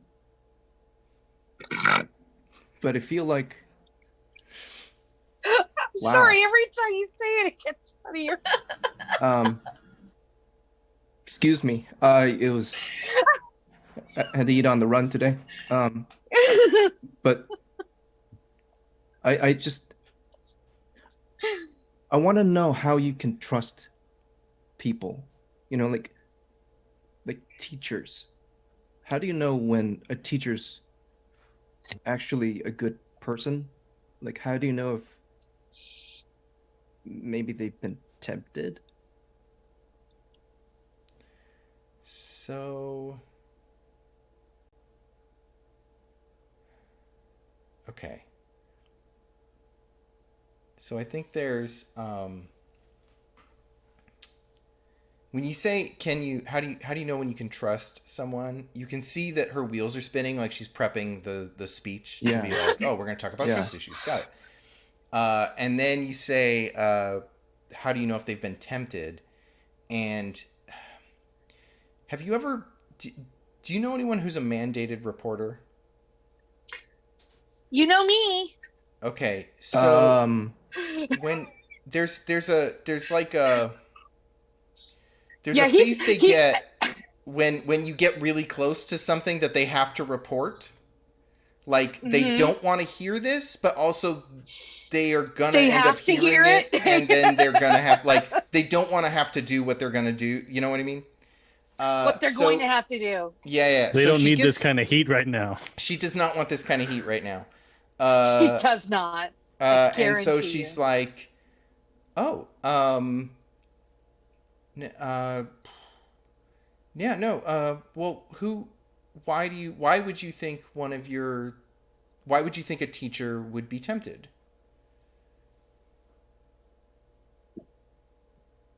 No reason. Why do you ask? Do you know someone? Well, no. Why don't you sit down? So, what spurred you to come in today? Like, honestly, it feels like my whole life got turned upside down so quick that I became somebody else, and I forgot who I was, and I've just been kind of angry at everyone, at everything. all the time. And what I really want to know is how do you keep going? How do you learn to trust people again? I guess that's my question. Well, I think that the easiest way to know if you can trust someone is to go ahead and trust them.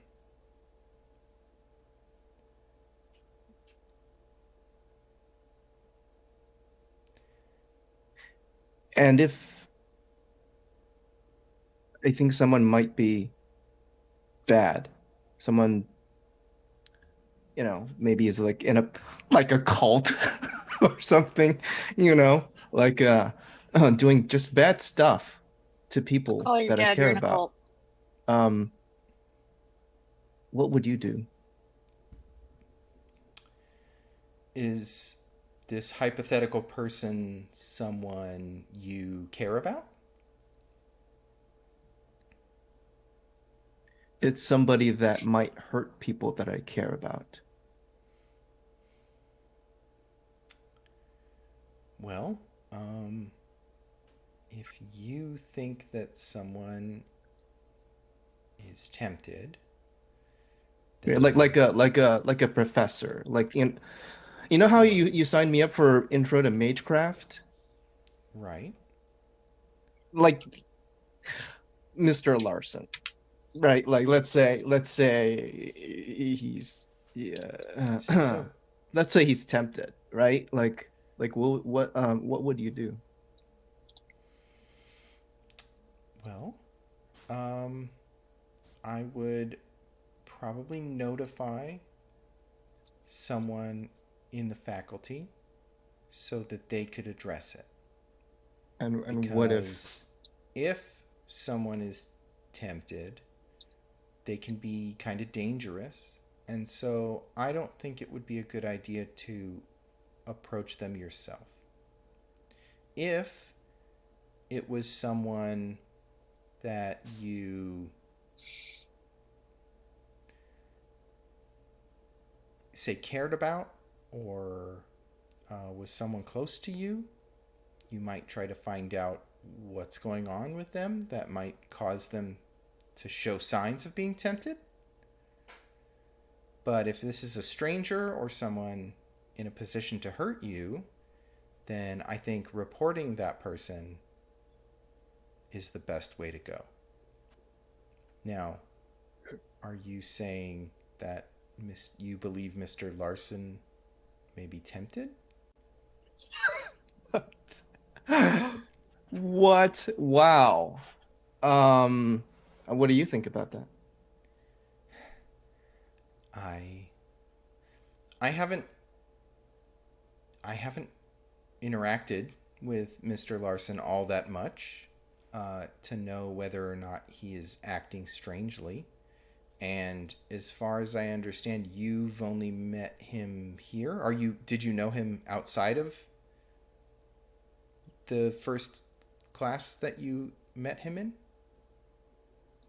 I think I might have seen him before the semester started somewhere else doing something. Doing something. Where was that?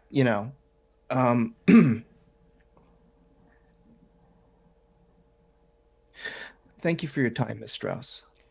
No. I mean, tell you what. Let's not worry too much about that right now. Did you take that music class that I recommended? Yeah, yeah, I did. You were right. Good. I needed that. Awesome. Well, and I think she gets up and comes around to like put her hand on your shoulder. And I lean in, but and then that's oh, like you thought it was a hug? Right? No, I thought it was a kiss. Oh, and she's like about to put her hand on your shoulder, and then she sees you lean in for a kiss, and she Yeah. she kind of like she giggles, and she's like, no, No, I'm I don't know where I'm at today. I'm it's okay. This can be like a confusing time, and if things, it sounds like you're under a lot of stress. So why don't you come back and talk to me tomorrow, and we can see how you're doing academically. Yeah. academically, yeah. Right.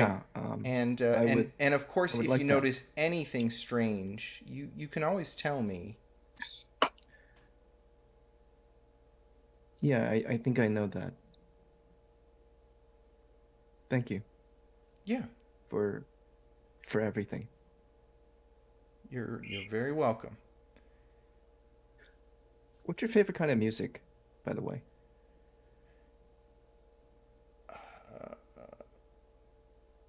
What's a good kind of music for Miss Strauss to like? She also likes Alien Sex Fiend. ABBA, Blondie. Who sings Total Eclipse She might of like the the Heart? Beach Boys. I can't remember who sings Bonnie Total Raitt? Eclipse. Oh, Bonnie Raitt. No. Bonnie. No, Is not it? Or Bonnie Tyler or Bonnie Tyler. Bonnie Tyler, Tyler. right? Yeah. Total Eclipse of the Heart. Okay. Yeah. And so she's I like, like- "Oh, I just love Bonnie Tyler."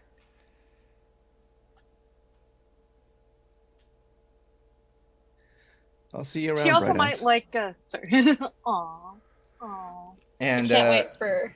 I think she blushes a little bit, and she's like, "All right, well, get out of here." Hey, don't tell me what to do. People don't have good luck with that. I can But imagine. I am gonna get. I'm gonna be late for class. Yeah, I kind of figured. Okay. And she goes back to her desk, and I think we see her like open a new folder and write down like, whatever Mr. Larson's first name is, like his full name, and suspicion of being tempted, will observe, kind of thing. Like she takes a note. It's planted. Excellent. But of course, you didn't have any like concrete stuff, so she can't like. I don't Right. think Yeah. it's enough to report it. But Okay. Cool. cool. Yeah. So then, I think we did. Do you have anything for Audrey this before we cut into a class? I think behind, like, mostly Audrey's going through her day, but you can tell she's thinking about something, kind of, like she's mulling something over, more so than usual. So she has something to talk about when they get to class. Okay. I have a plan. So you guys, Shocking. you all get to class. I think this is the next class up in the day after all that is Intro to Magecraft. There's the room is kind of, Tina's in her seat, which she has claimed, but this time Seymour is just sitting directly behind Tina, sort of like staring at her. Or he can smell her hair. Yeah, and there's a few other Gross. people in this class, but But they don't matter, so yeah, they're extras. they're unnamed as of yet. So you all arrive. Does Zach get there late again, or? Oh yeah, Zach's gonna be there late and interrupt class. Okay. So you all get there, and the how, like, the 15-minute rule in college, where if the professor doesn't show up, you can just bail. That's not Yes. actually true. Yes. Yes. Everybody Of knows that 15 urban minutes. legend. Thank you, Tina. And so like you've been there at least 5 minutes past the hour, and so far the professor has not shown. But the three of you have arrived. If you had stuff to discuss. Audrey has purposely found a seat in the back, like at one of the lab table. We said there were like lab tables here. Yeah. Yeah, like and the high with the sinks and stuff. Yeah. She waves Kaz and Harold over when she sees them. So Kaz kind of gets excited and heads over. Yeah. Good friend. Guten Morgen. Gesundheit. Yeah, did you sleep all right, everybody? Harold. Surprisingly, yeah. Like Oh, Harold's good. actually looking pretty good today. Oh, Harold, you smell like a rich person. Who did you sleep with last night? How do you know It's just a Um, joke, darling. what does a rich person smell like? Clean. Ah, Your dress smells like your daddy's got money. Exactly. I've been thinking. If we pretend that Harold is completely and totally not crazy, it is very much possible that there would be evidence of someone messing who's been tempted, right? They act weird and they like, I don't know, maybe they have like, what is the equivalent of pipes and and things? They have Devil Yeah. horns. dark They'll magic have, like- paraphernalia. Yeah, maybe they'll have like spell books and stuff, like, or pentacles drawn on the floor. Like, who knows? I think if we want to act on this, we should look for the evidence. And Audrey sort of like mimics a camera or something. She doesn't own a camera. Like, she probably has a Polaroid, but like, actually, yeah, she holds like a Polaroid camera, and it's clearly old and clearly not well used.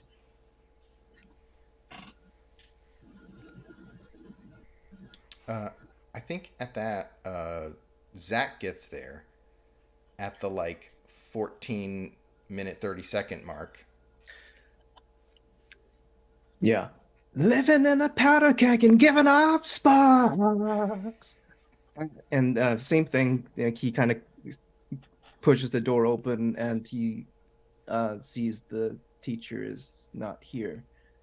And then he's kind of looking around to see if his friends are around, if they're still his friends after what he did the other day. Audrey gives you a look, which I don't know how to convey this in a look, but is, we're not friends, but get over here. Yeah. He's gonna meekly walk over.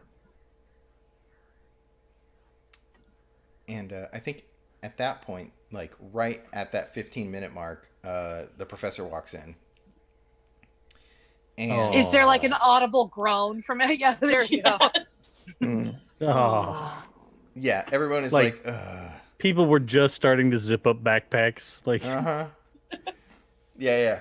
And he gets there and he's like, all right, we're going to take it a little slower today. I think we got a little flashy, a little exciting yesterday. So I'd like everyone to, and he just like picks a spot in the book and he's like, we're going to need, in this class, we're going to have a group project that's going to be due at the end.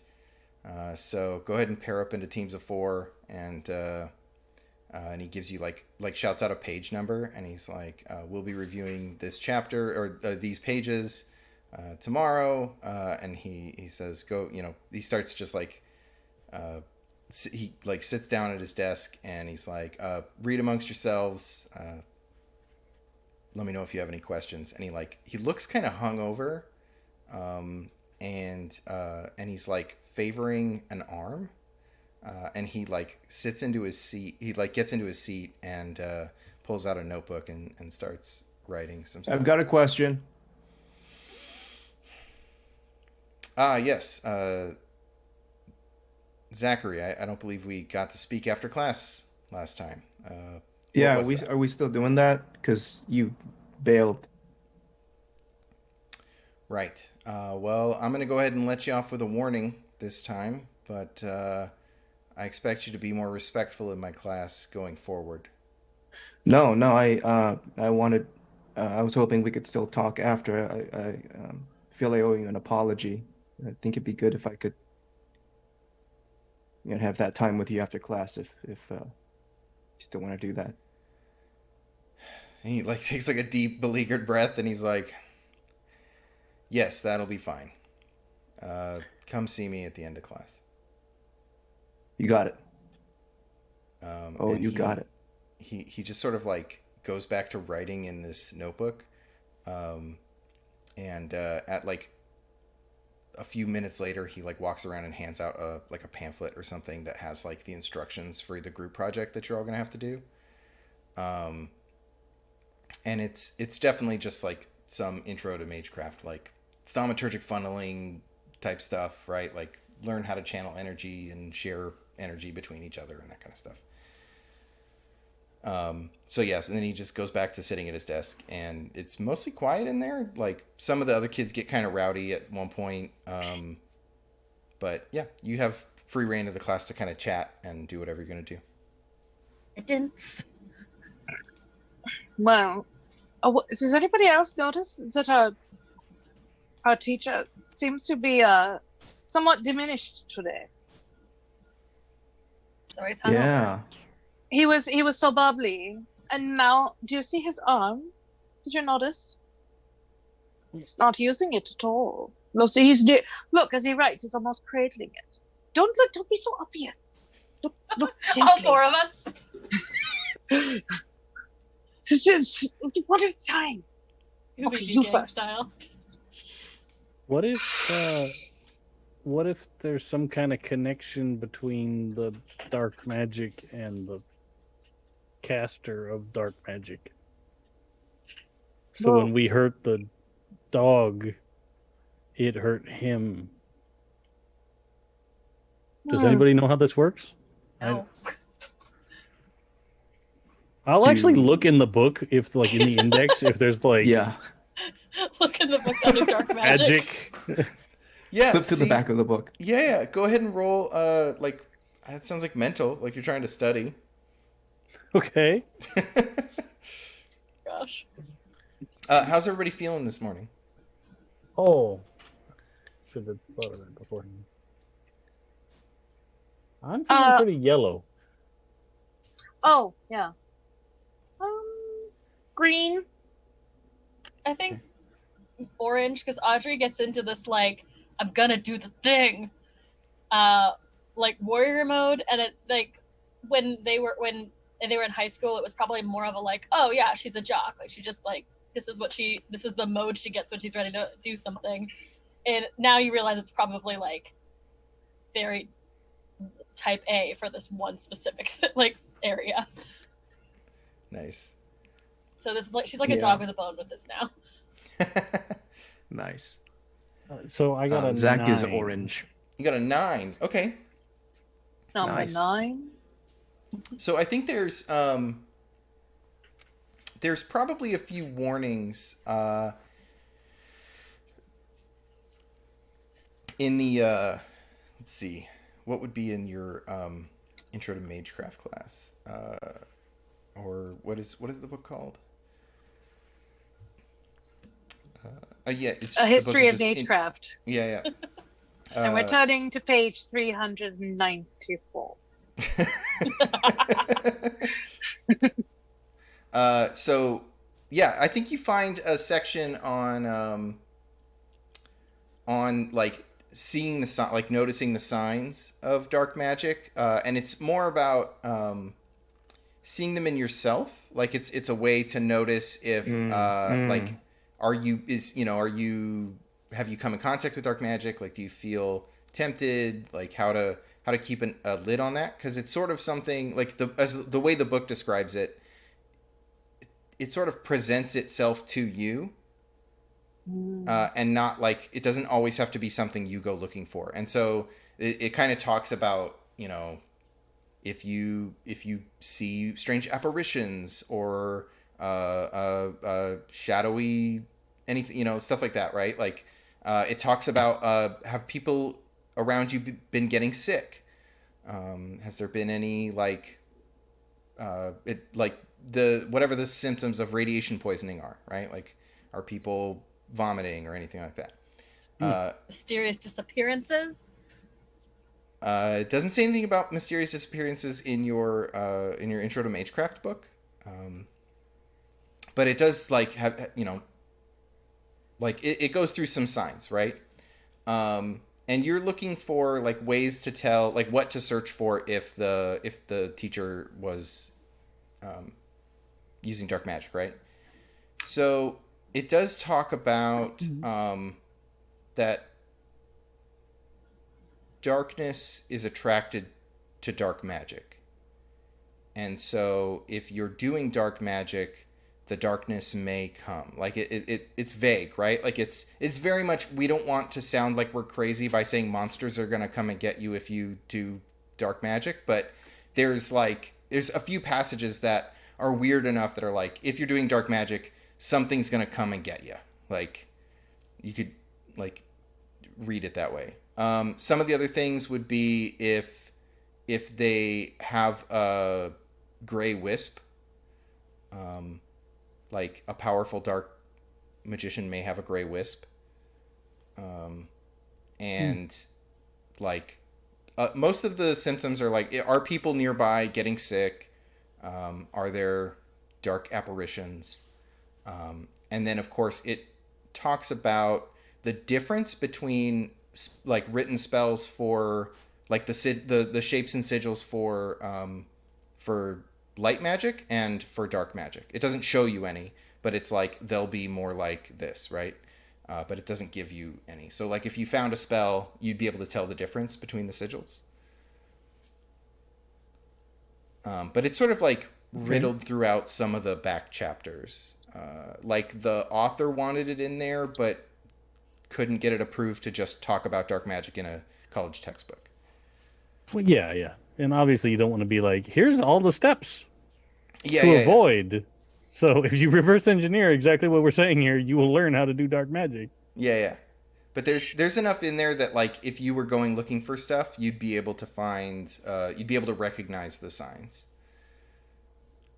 Okay. I mean, that Shadow Hound feels like it lines up pretty closely to someone doing dark magic. I think Audrey leans in to your textbook where you have that and points at the sigil passage and then shoves the Polaroid on top of the textbook, the Polaroid camera on top of the textbook. I'm just saying, evidence. You want to prove you're not crazy? Evidence? I'm all for it. I guess we could try and follow him home. I've got him for about 15 minutes to myself after class. If you guys need me to do something.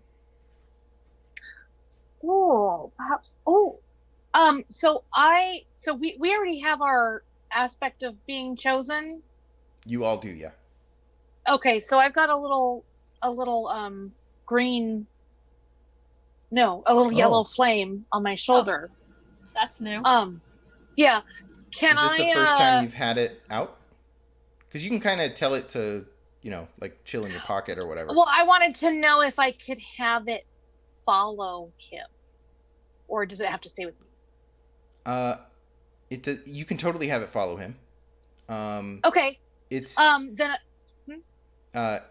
It's pretty obvious because it's like a little ball of yellow light. Or sorry, did you say yellow or green? What did I decide on? Yellow. Yellow. So it's a little ball of yellow light.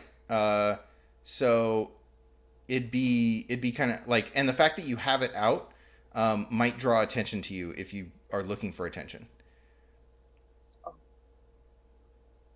Can I put it away quickly? Yeah. Like you can show it to them and then put it away without. Yeah, I was gonna say, like, what if I have this follow him?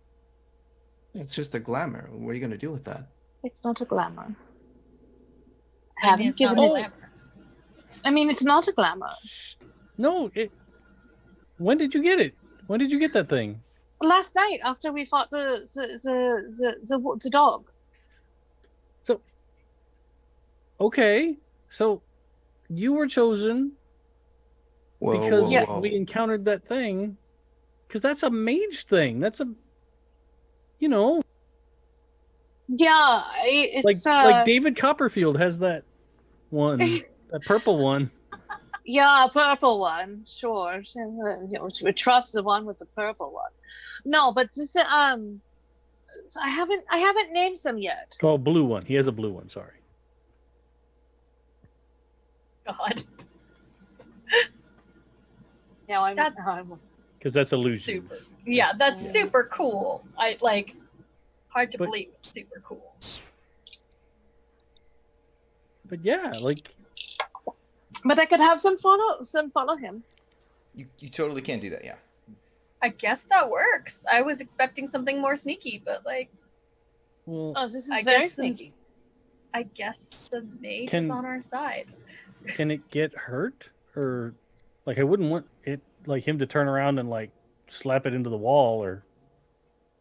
I don't think so. I'm looking it up. Yeah, I don't it's made of know. light.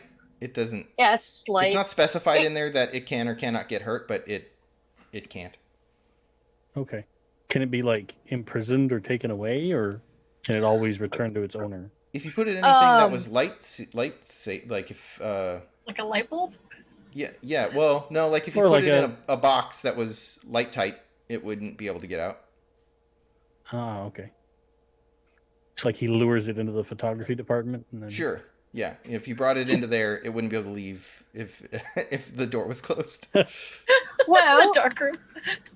well, I suppose we could also do this. And okay, so I'm gonna try and make like a little tracker. Okay. Red. Red. No, Rad. red. Oh, rad. Oh, Tubular. wait, tubular. So, what would that be? Mental and yellow? Yeah. Are you using the wisp as like? Yes, because it gives me enough light to do the magic. Yeah, yeah. There's plenty of yellow light in here too. So it's like you can even turn on the little yellow neon that's on your desk. Okay. But and I think with that on, like you'd have +2 to use that kind of magic in here because you are generating plenty of light, ideal conditions and all that. So to make a tracker, you're probably doing. I mean, it's just a conjuration, right? You want to conjure something that can follow him around. So Yeah. the thing is, there's not really divination. That's not really like a spell school that you can learn, but you can definitely conjure something that can just follow him. I was and, like, thinking come back if and I tell could you. yeah, or like if I could conjure like a radio signal that could go to like my Walkman or something Yeah, that like I can follow. yeah, that sounds really neat. So I think, I mean, you have +2 for the conditions, and I think the risk. I mean, if you're using your familiar, I like that your familiar could get captured as part of the like. Sure, if I'm Part of the using my risk there. familiar to help conjure it, I don't know. If you don't want But your I've- familiar to be at risk, then I think the risk is maybe that the person that is being tracked can find out and backtrace it, like Sure. just First follow track. the spell back. Okay. Star 69 you. Yeah. It's hmm not even invented yet. Okay, so is it So like, would that be, so you'd mental? roll mental and yellow, mental and yellow? Okay. and this is a spell, so you're gonna mark stress. Okay. I'm trying to do that, but my thing keeps. Sorry, I'm having mouse issues. That's okay. Okay. And +2. Yeah. So 15 total. Oh wow. Okay. Wow. So you said I'm this sorry, was like 14 total. 14. No, totally fine. It's a 12 plus. So you succeed with greater effect. So I think you have narrative control here. So tell me what this looks like. So, Zachary's got his little meet and greet. So I'm just making like a little, like, if you can think of like the base of a miniature, like a little disc Mm-hmm. that's got like a radio signal and like a microphone in it. to Okay. where if I tune to the right AM frequency on my Walkman, I can hear him, and I can also like use that to navigate to like this is the direction that he's in. Sure, sure. And So like you hear what he's doing or saying, or some feedback, and the louder it is, that's the direction you need to go, kind of the thing. clearer it is, Yeah. Okay, perfect. That's awesome. So yeah, so you get that done, and I think class ends. And unless is there anything else you guys want to do before class ends? Zach gets his scene with the teacher. Yeah, does Kaz need me to do anything while I've got him? just put him Like, in. do I need to Just put this plant in it his on him? pocket. Yeah. Okay. This needs to go in his pocket or something. Okay. Hey, Kaz, how much do I owe you for the booze? Are you still living where you used to live? No. Are you referring to where I actually live now? Or... Yes. Yeah. Okay, yes. Then yes.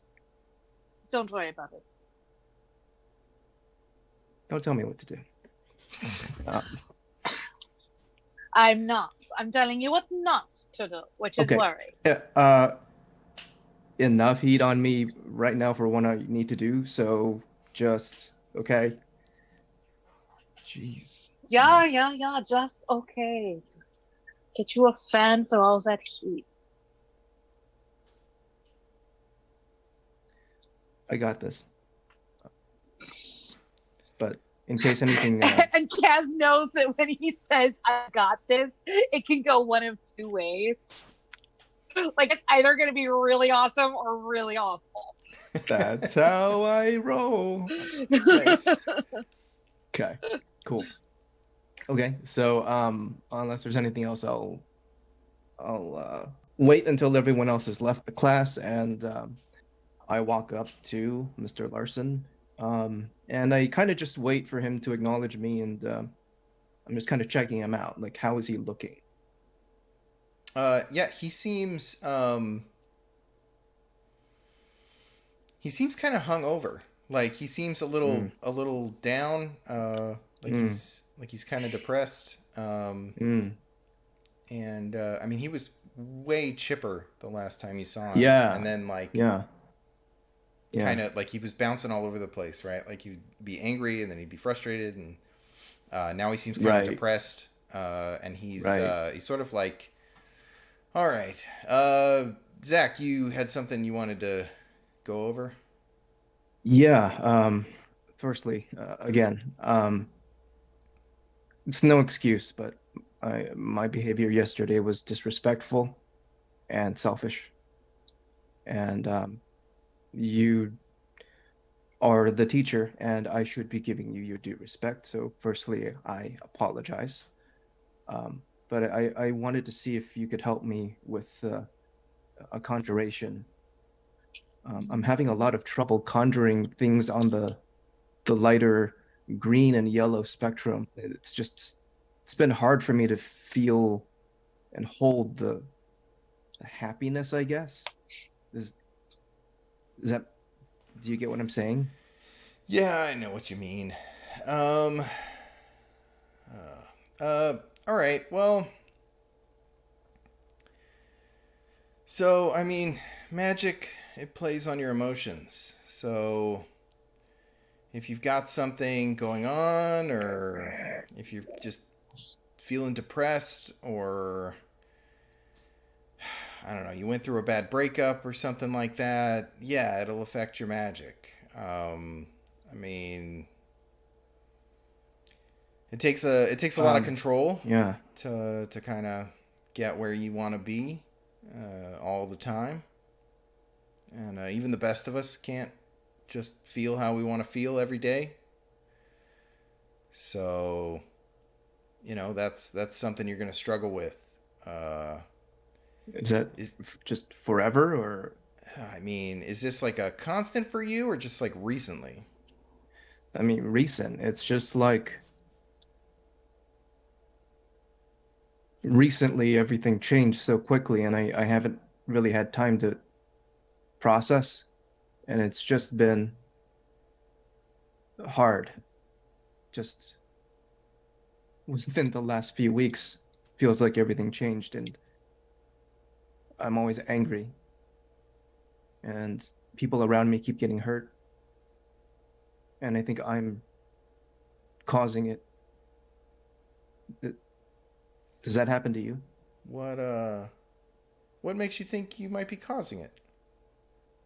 Well, it's just people around me get sick, and I don't know, it just feels like, like if bad luck had a taste, that's what I always taste in my mouth. I know it's weird and crazy. Look, if I'm wasting your time, just No, I no. don't. And he gets up. He's like, all right, well. And then there's the dark stuff, like the shadows. Everything just looks a bit darker. How long has that been going on? It's not about the same time everything changed. Last few weeks. Yeah. Okay.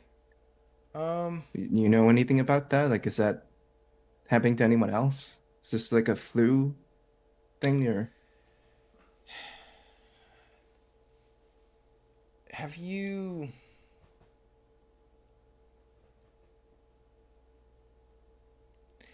found yourself exploring different kinds of magic lately? Just things that... Yeah, I mean, sometimes I just wonder, maybe there's a shortcut, maybe I don't need to always feel happy to get the things I need. Maybe I can just, it's easier to just go deeper. I can tell you that there are no shortcuts, but look, I have office hours. Why don't you come by and maybe you can show me some of the stuff you've been trying, and I can see if I can help you with it. Actually, yeah. That sounds great. What I'm still new. I was supposed to go to Beaumont. Anyway, long story. Oh, really? Can you I'm just gonna like, Did you know I went to Beaumont? how would I what's that? I went to Beaumont. Oh, really? Mm-hmm. Awesome. Yeah. Why are you here? Because I don't feel like magic should be something that only an elite few get to experience.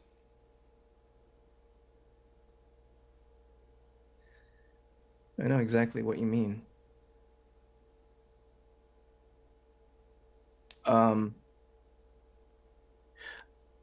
Ugh, crap. Okay, so I want is there an equivalent to sense motive? Like, am I getting Yeah, you can anything roll off this sight guy to right try now? to get a feel Yeah. of what's going on with him.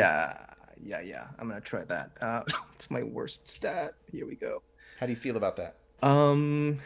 I'm cautious, so I would say, is orange caution, like vigilance? Orange is vigilant, so that could work. Okay. So That or blue, probably, like your... I'm not so much paranoid. I'm more like on guard. I'm investigative. Yeah. Yeah. Okay. Orange is the right one for that. Okay. So D8 and D4. Let's see.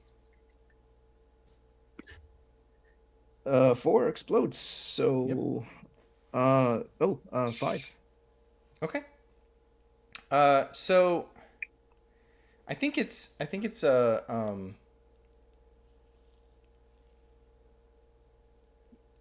you wanted to know how he's feeling, or what specifically What were you I'm trying trying to to figure out? like is he on the level with me, or is there something where he's definitely doing some dark stuff and he's covering it and Is he not being wanting to honest? tell Is me? that what you're trying to find out? Yeah, or is he like just going through some stuff in his life right now? Okay, like, is his depression like Right. real depression, or is it like magically enhanced kind of thing? Yeah. So, okay. So I think because you got success with the consequence, so you get some information, but I think you get like some misleading, like you get some mixed information, right? So it definitely he seems manic, like he seems like someone who is in the 80s it would have been called manic depressive, but he seems like he's bipolar, like he acts bipolar, like someone who can't regulate their moods. He has a lot of mood swings, Right. And so like you pick up on that, right?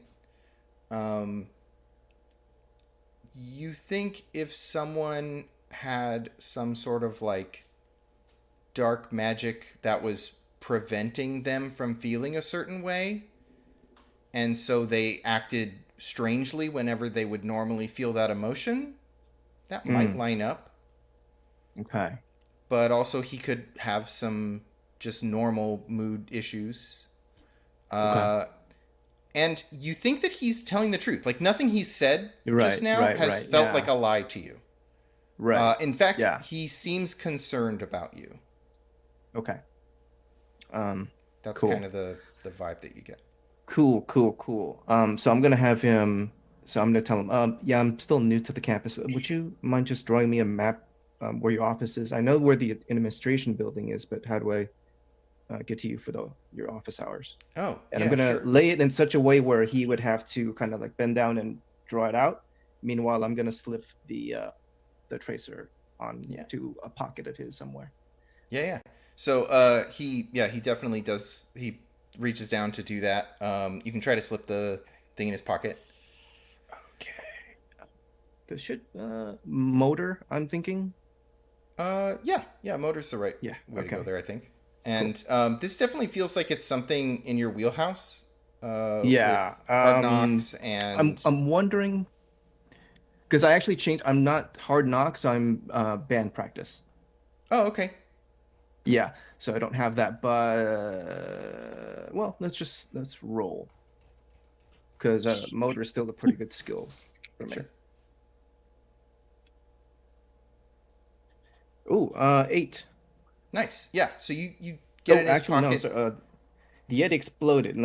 So maybe that's a 13. Oh, nice. Okay. Oh. So yes, you get it in a place where he's not going to notice it. Maybe he has like faux pockets or something, or there's like a place on his jacket that like has that little pocket, right, that he would never check. Nice. And you're able to slip it into there. Breast pocket. Yeah. That you're never going to look in there. You're able to like pop it in there. He doesn't notice. And so it's going to, like, he's not going to find it and ditch it. Cool. So yeah, you're good. And he writes down his office hours on the little, did you give him a piece of paper? Yeah, piece of paper. So I think he pulls out, he had like some pamphlets for the school. So he pulls that out and he like opens it up to the map of the school and he like circles the building and he's like he like writes like room 102 or whatever on it, and he got it. And a time that's his office hours, and he gives it back to you with your piece of paper. And he's like, listen, I wouldn't try to do anything too strenuous on your own. So what do you mean? If you're exploring new kinds of magic, like if you're out there on the fringes or you're trying stuff that's not in this book that I'm teaching here, find a buddy. Don't be out there by yourself. Some of this, like calling fire, like there are things that we can do that if you go a little beyond your own abilities, you could really hurt yourself, and you don't want to be alone for that.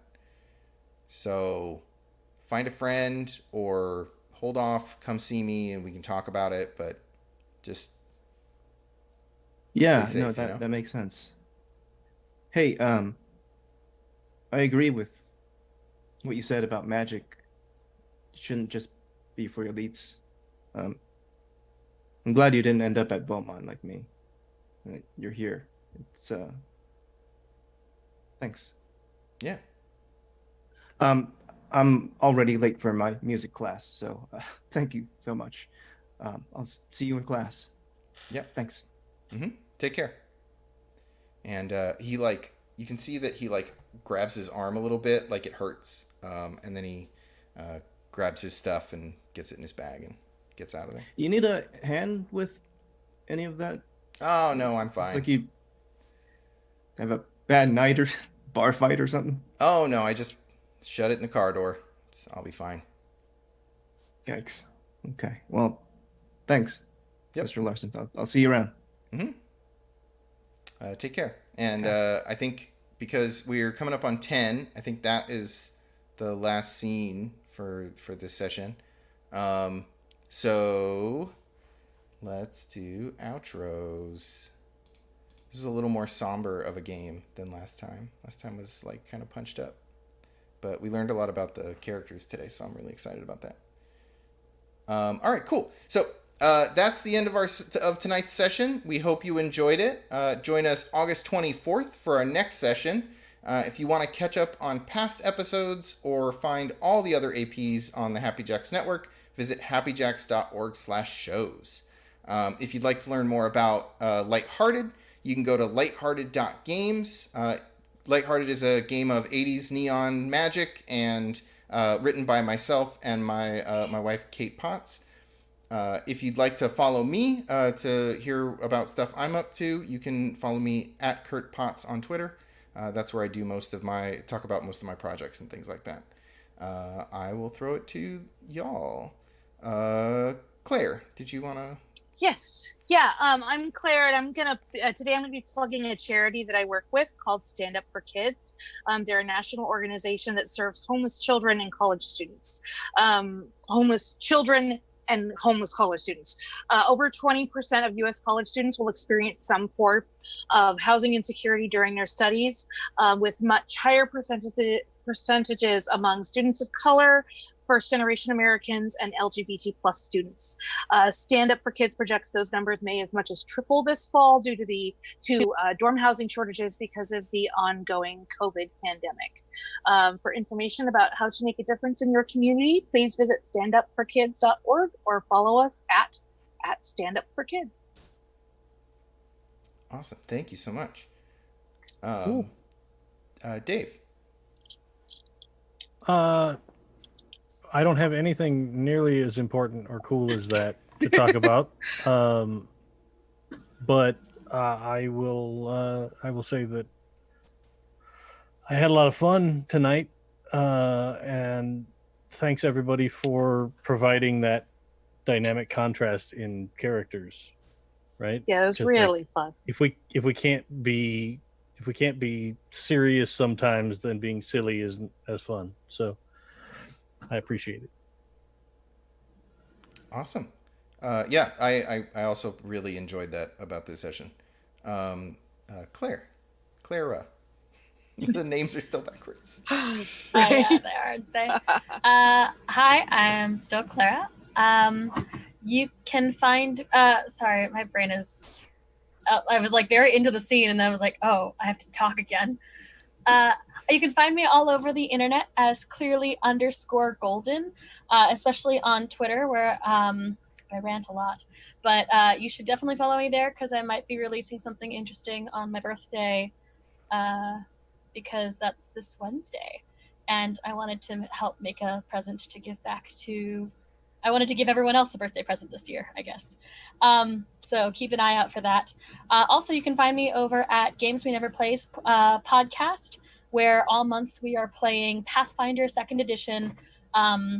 We basically just are going over through the game, doing a quick 2-hour session to get a quick feel of what it is, and then at the end of the month we will review it and give our sort of first impressions on it. And I would love to have Lighthearted on that show. Yeah, but that would anyway, be awesome. Yeah. So that's at Games We Never Play, and everywhere else I'm clearly golden. Awesome, thank you. Joe. Hey, everybody. Firstly, Joe the player apologizes for everything Zach the character has been doing in this session. His opinions do not necessarily reflect that of my own. The staff, management, or sponsors. In no way should Lighthearted be held responsible for the actions of how Zachary conducts himself. in game. But I do want to say thank you all for rolling with it. It was so awesome that we have the trust around the table for us to go into these kind of things and navigate them so well, and to have a really good time. I obviously had a great time tonight. Thank you all so much for indulging me in that. I look forward to seeing everybody back again 2 Mondays from now, because on the other Monday I am here on Happy Jacks for Great American Witch. We are winding into closing in on the series end, which means a lot of stuff is happening in that story very quickly. Crazy stuff, y'all. So if you haven't checked that out, definitely check that out. Otherwise, I will see you all back here for Lighthearted. And again, I'm sorry, but Zachary isn't. Nice. Also, Great American Witch is on Kickstarter right now. So I am Yes. also a huge fan. I've been playing in a campaign for like several months. It is an excellent game. I heard your game. I haven't watched your game yet, but I heard yours is a lot darker than ours. Ours is like It is a little very bit heavy. charmed and a little bit practical magic. Yeah. Yeah. Ours is it's it takes a lot out of me to play the character I play in that game. So for me, Lighthearted is catharsis. Nice. Well, hopefully that imaginary baby got taken care of, and we'll see y'all in 2 weeks. Thank you for sticking with us. Have a great night. Bye. Bye, everybody. Thanks for watching. Love you.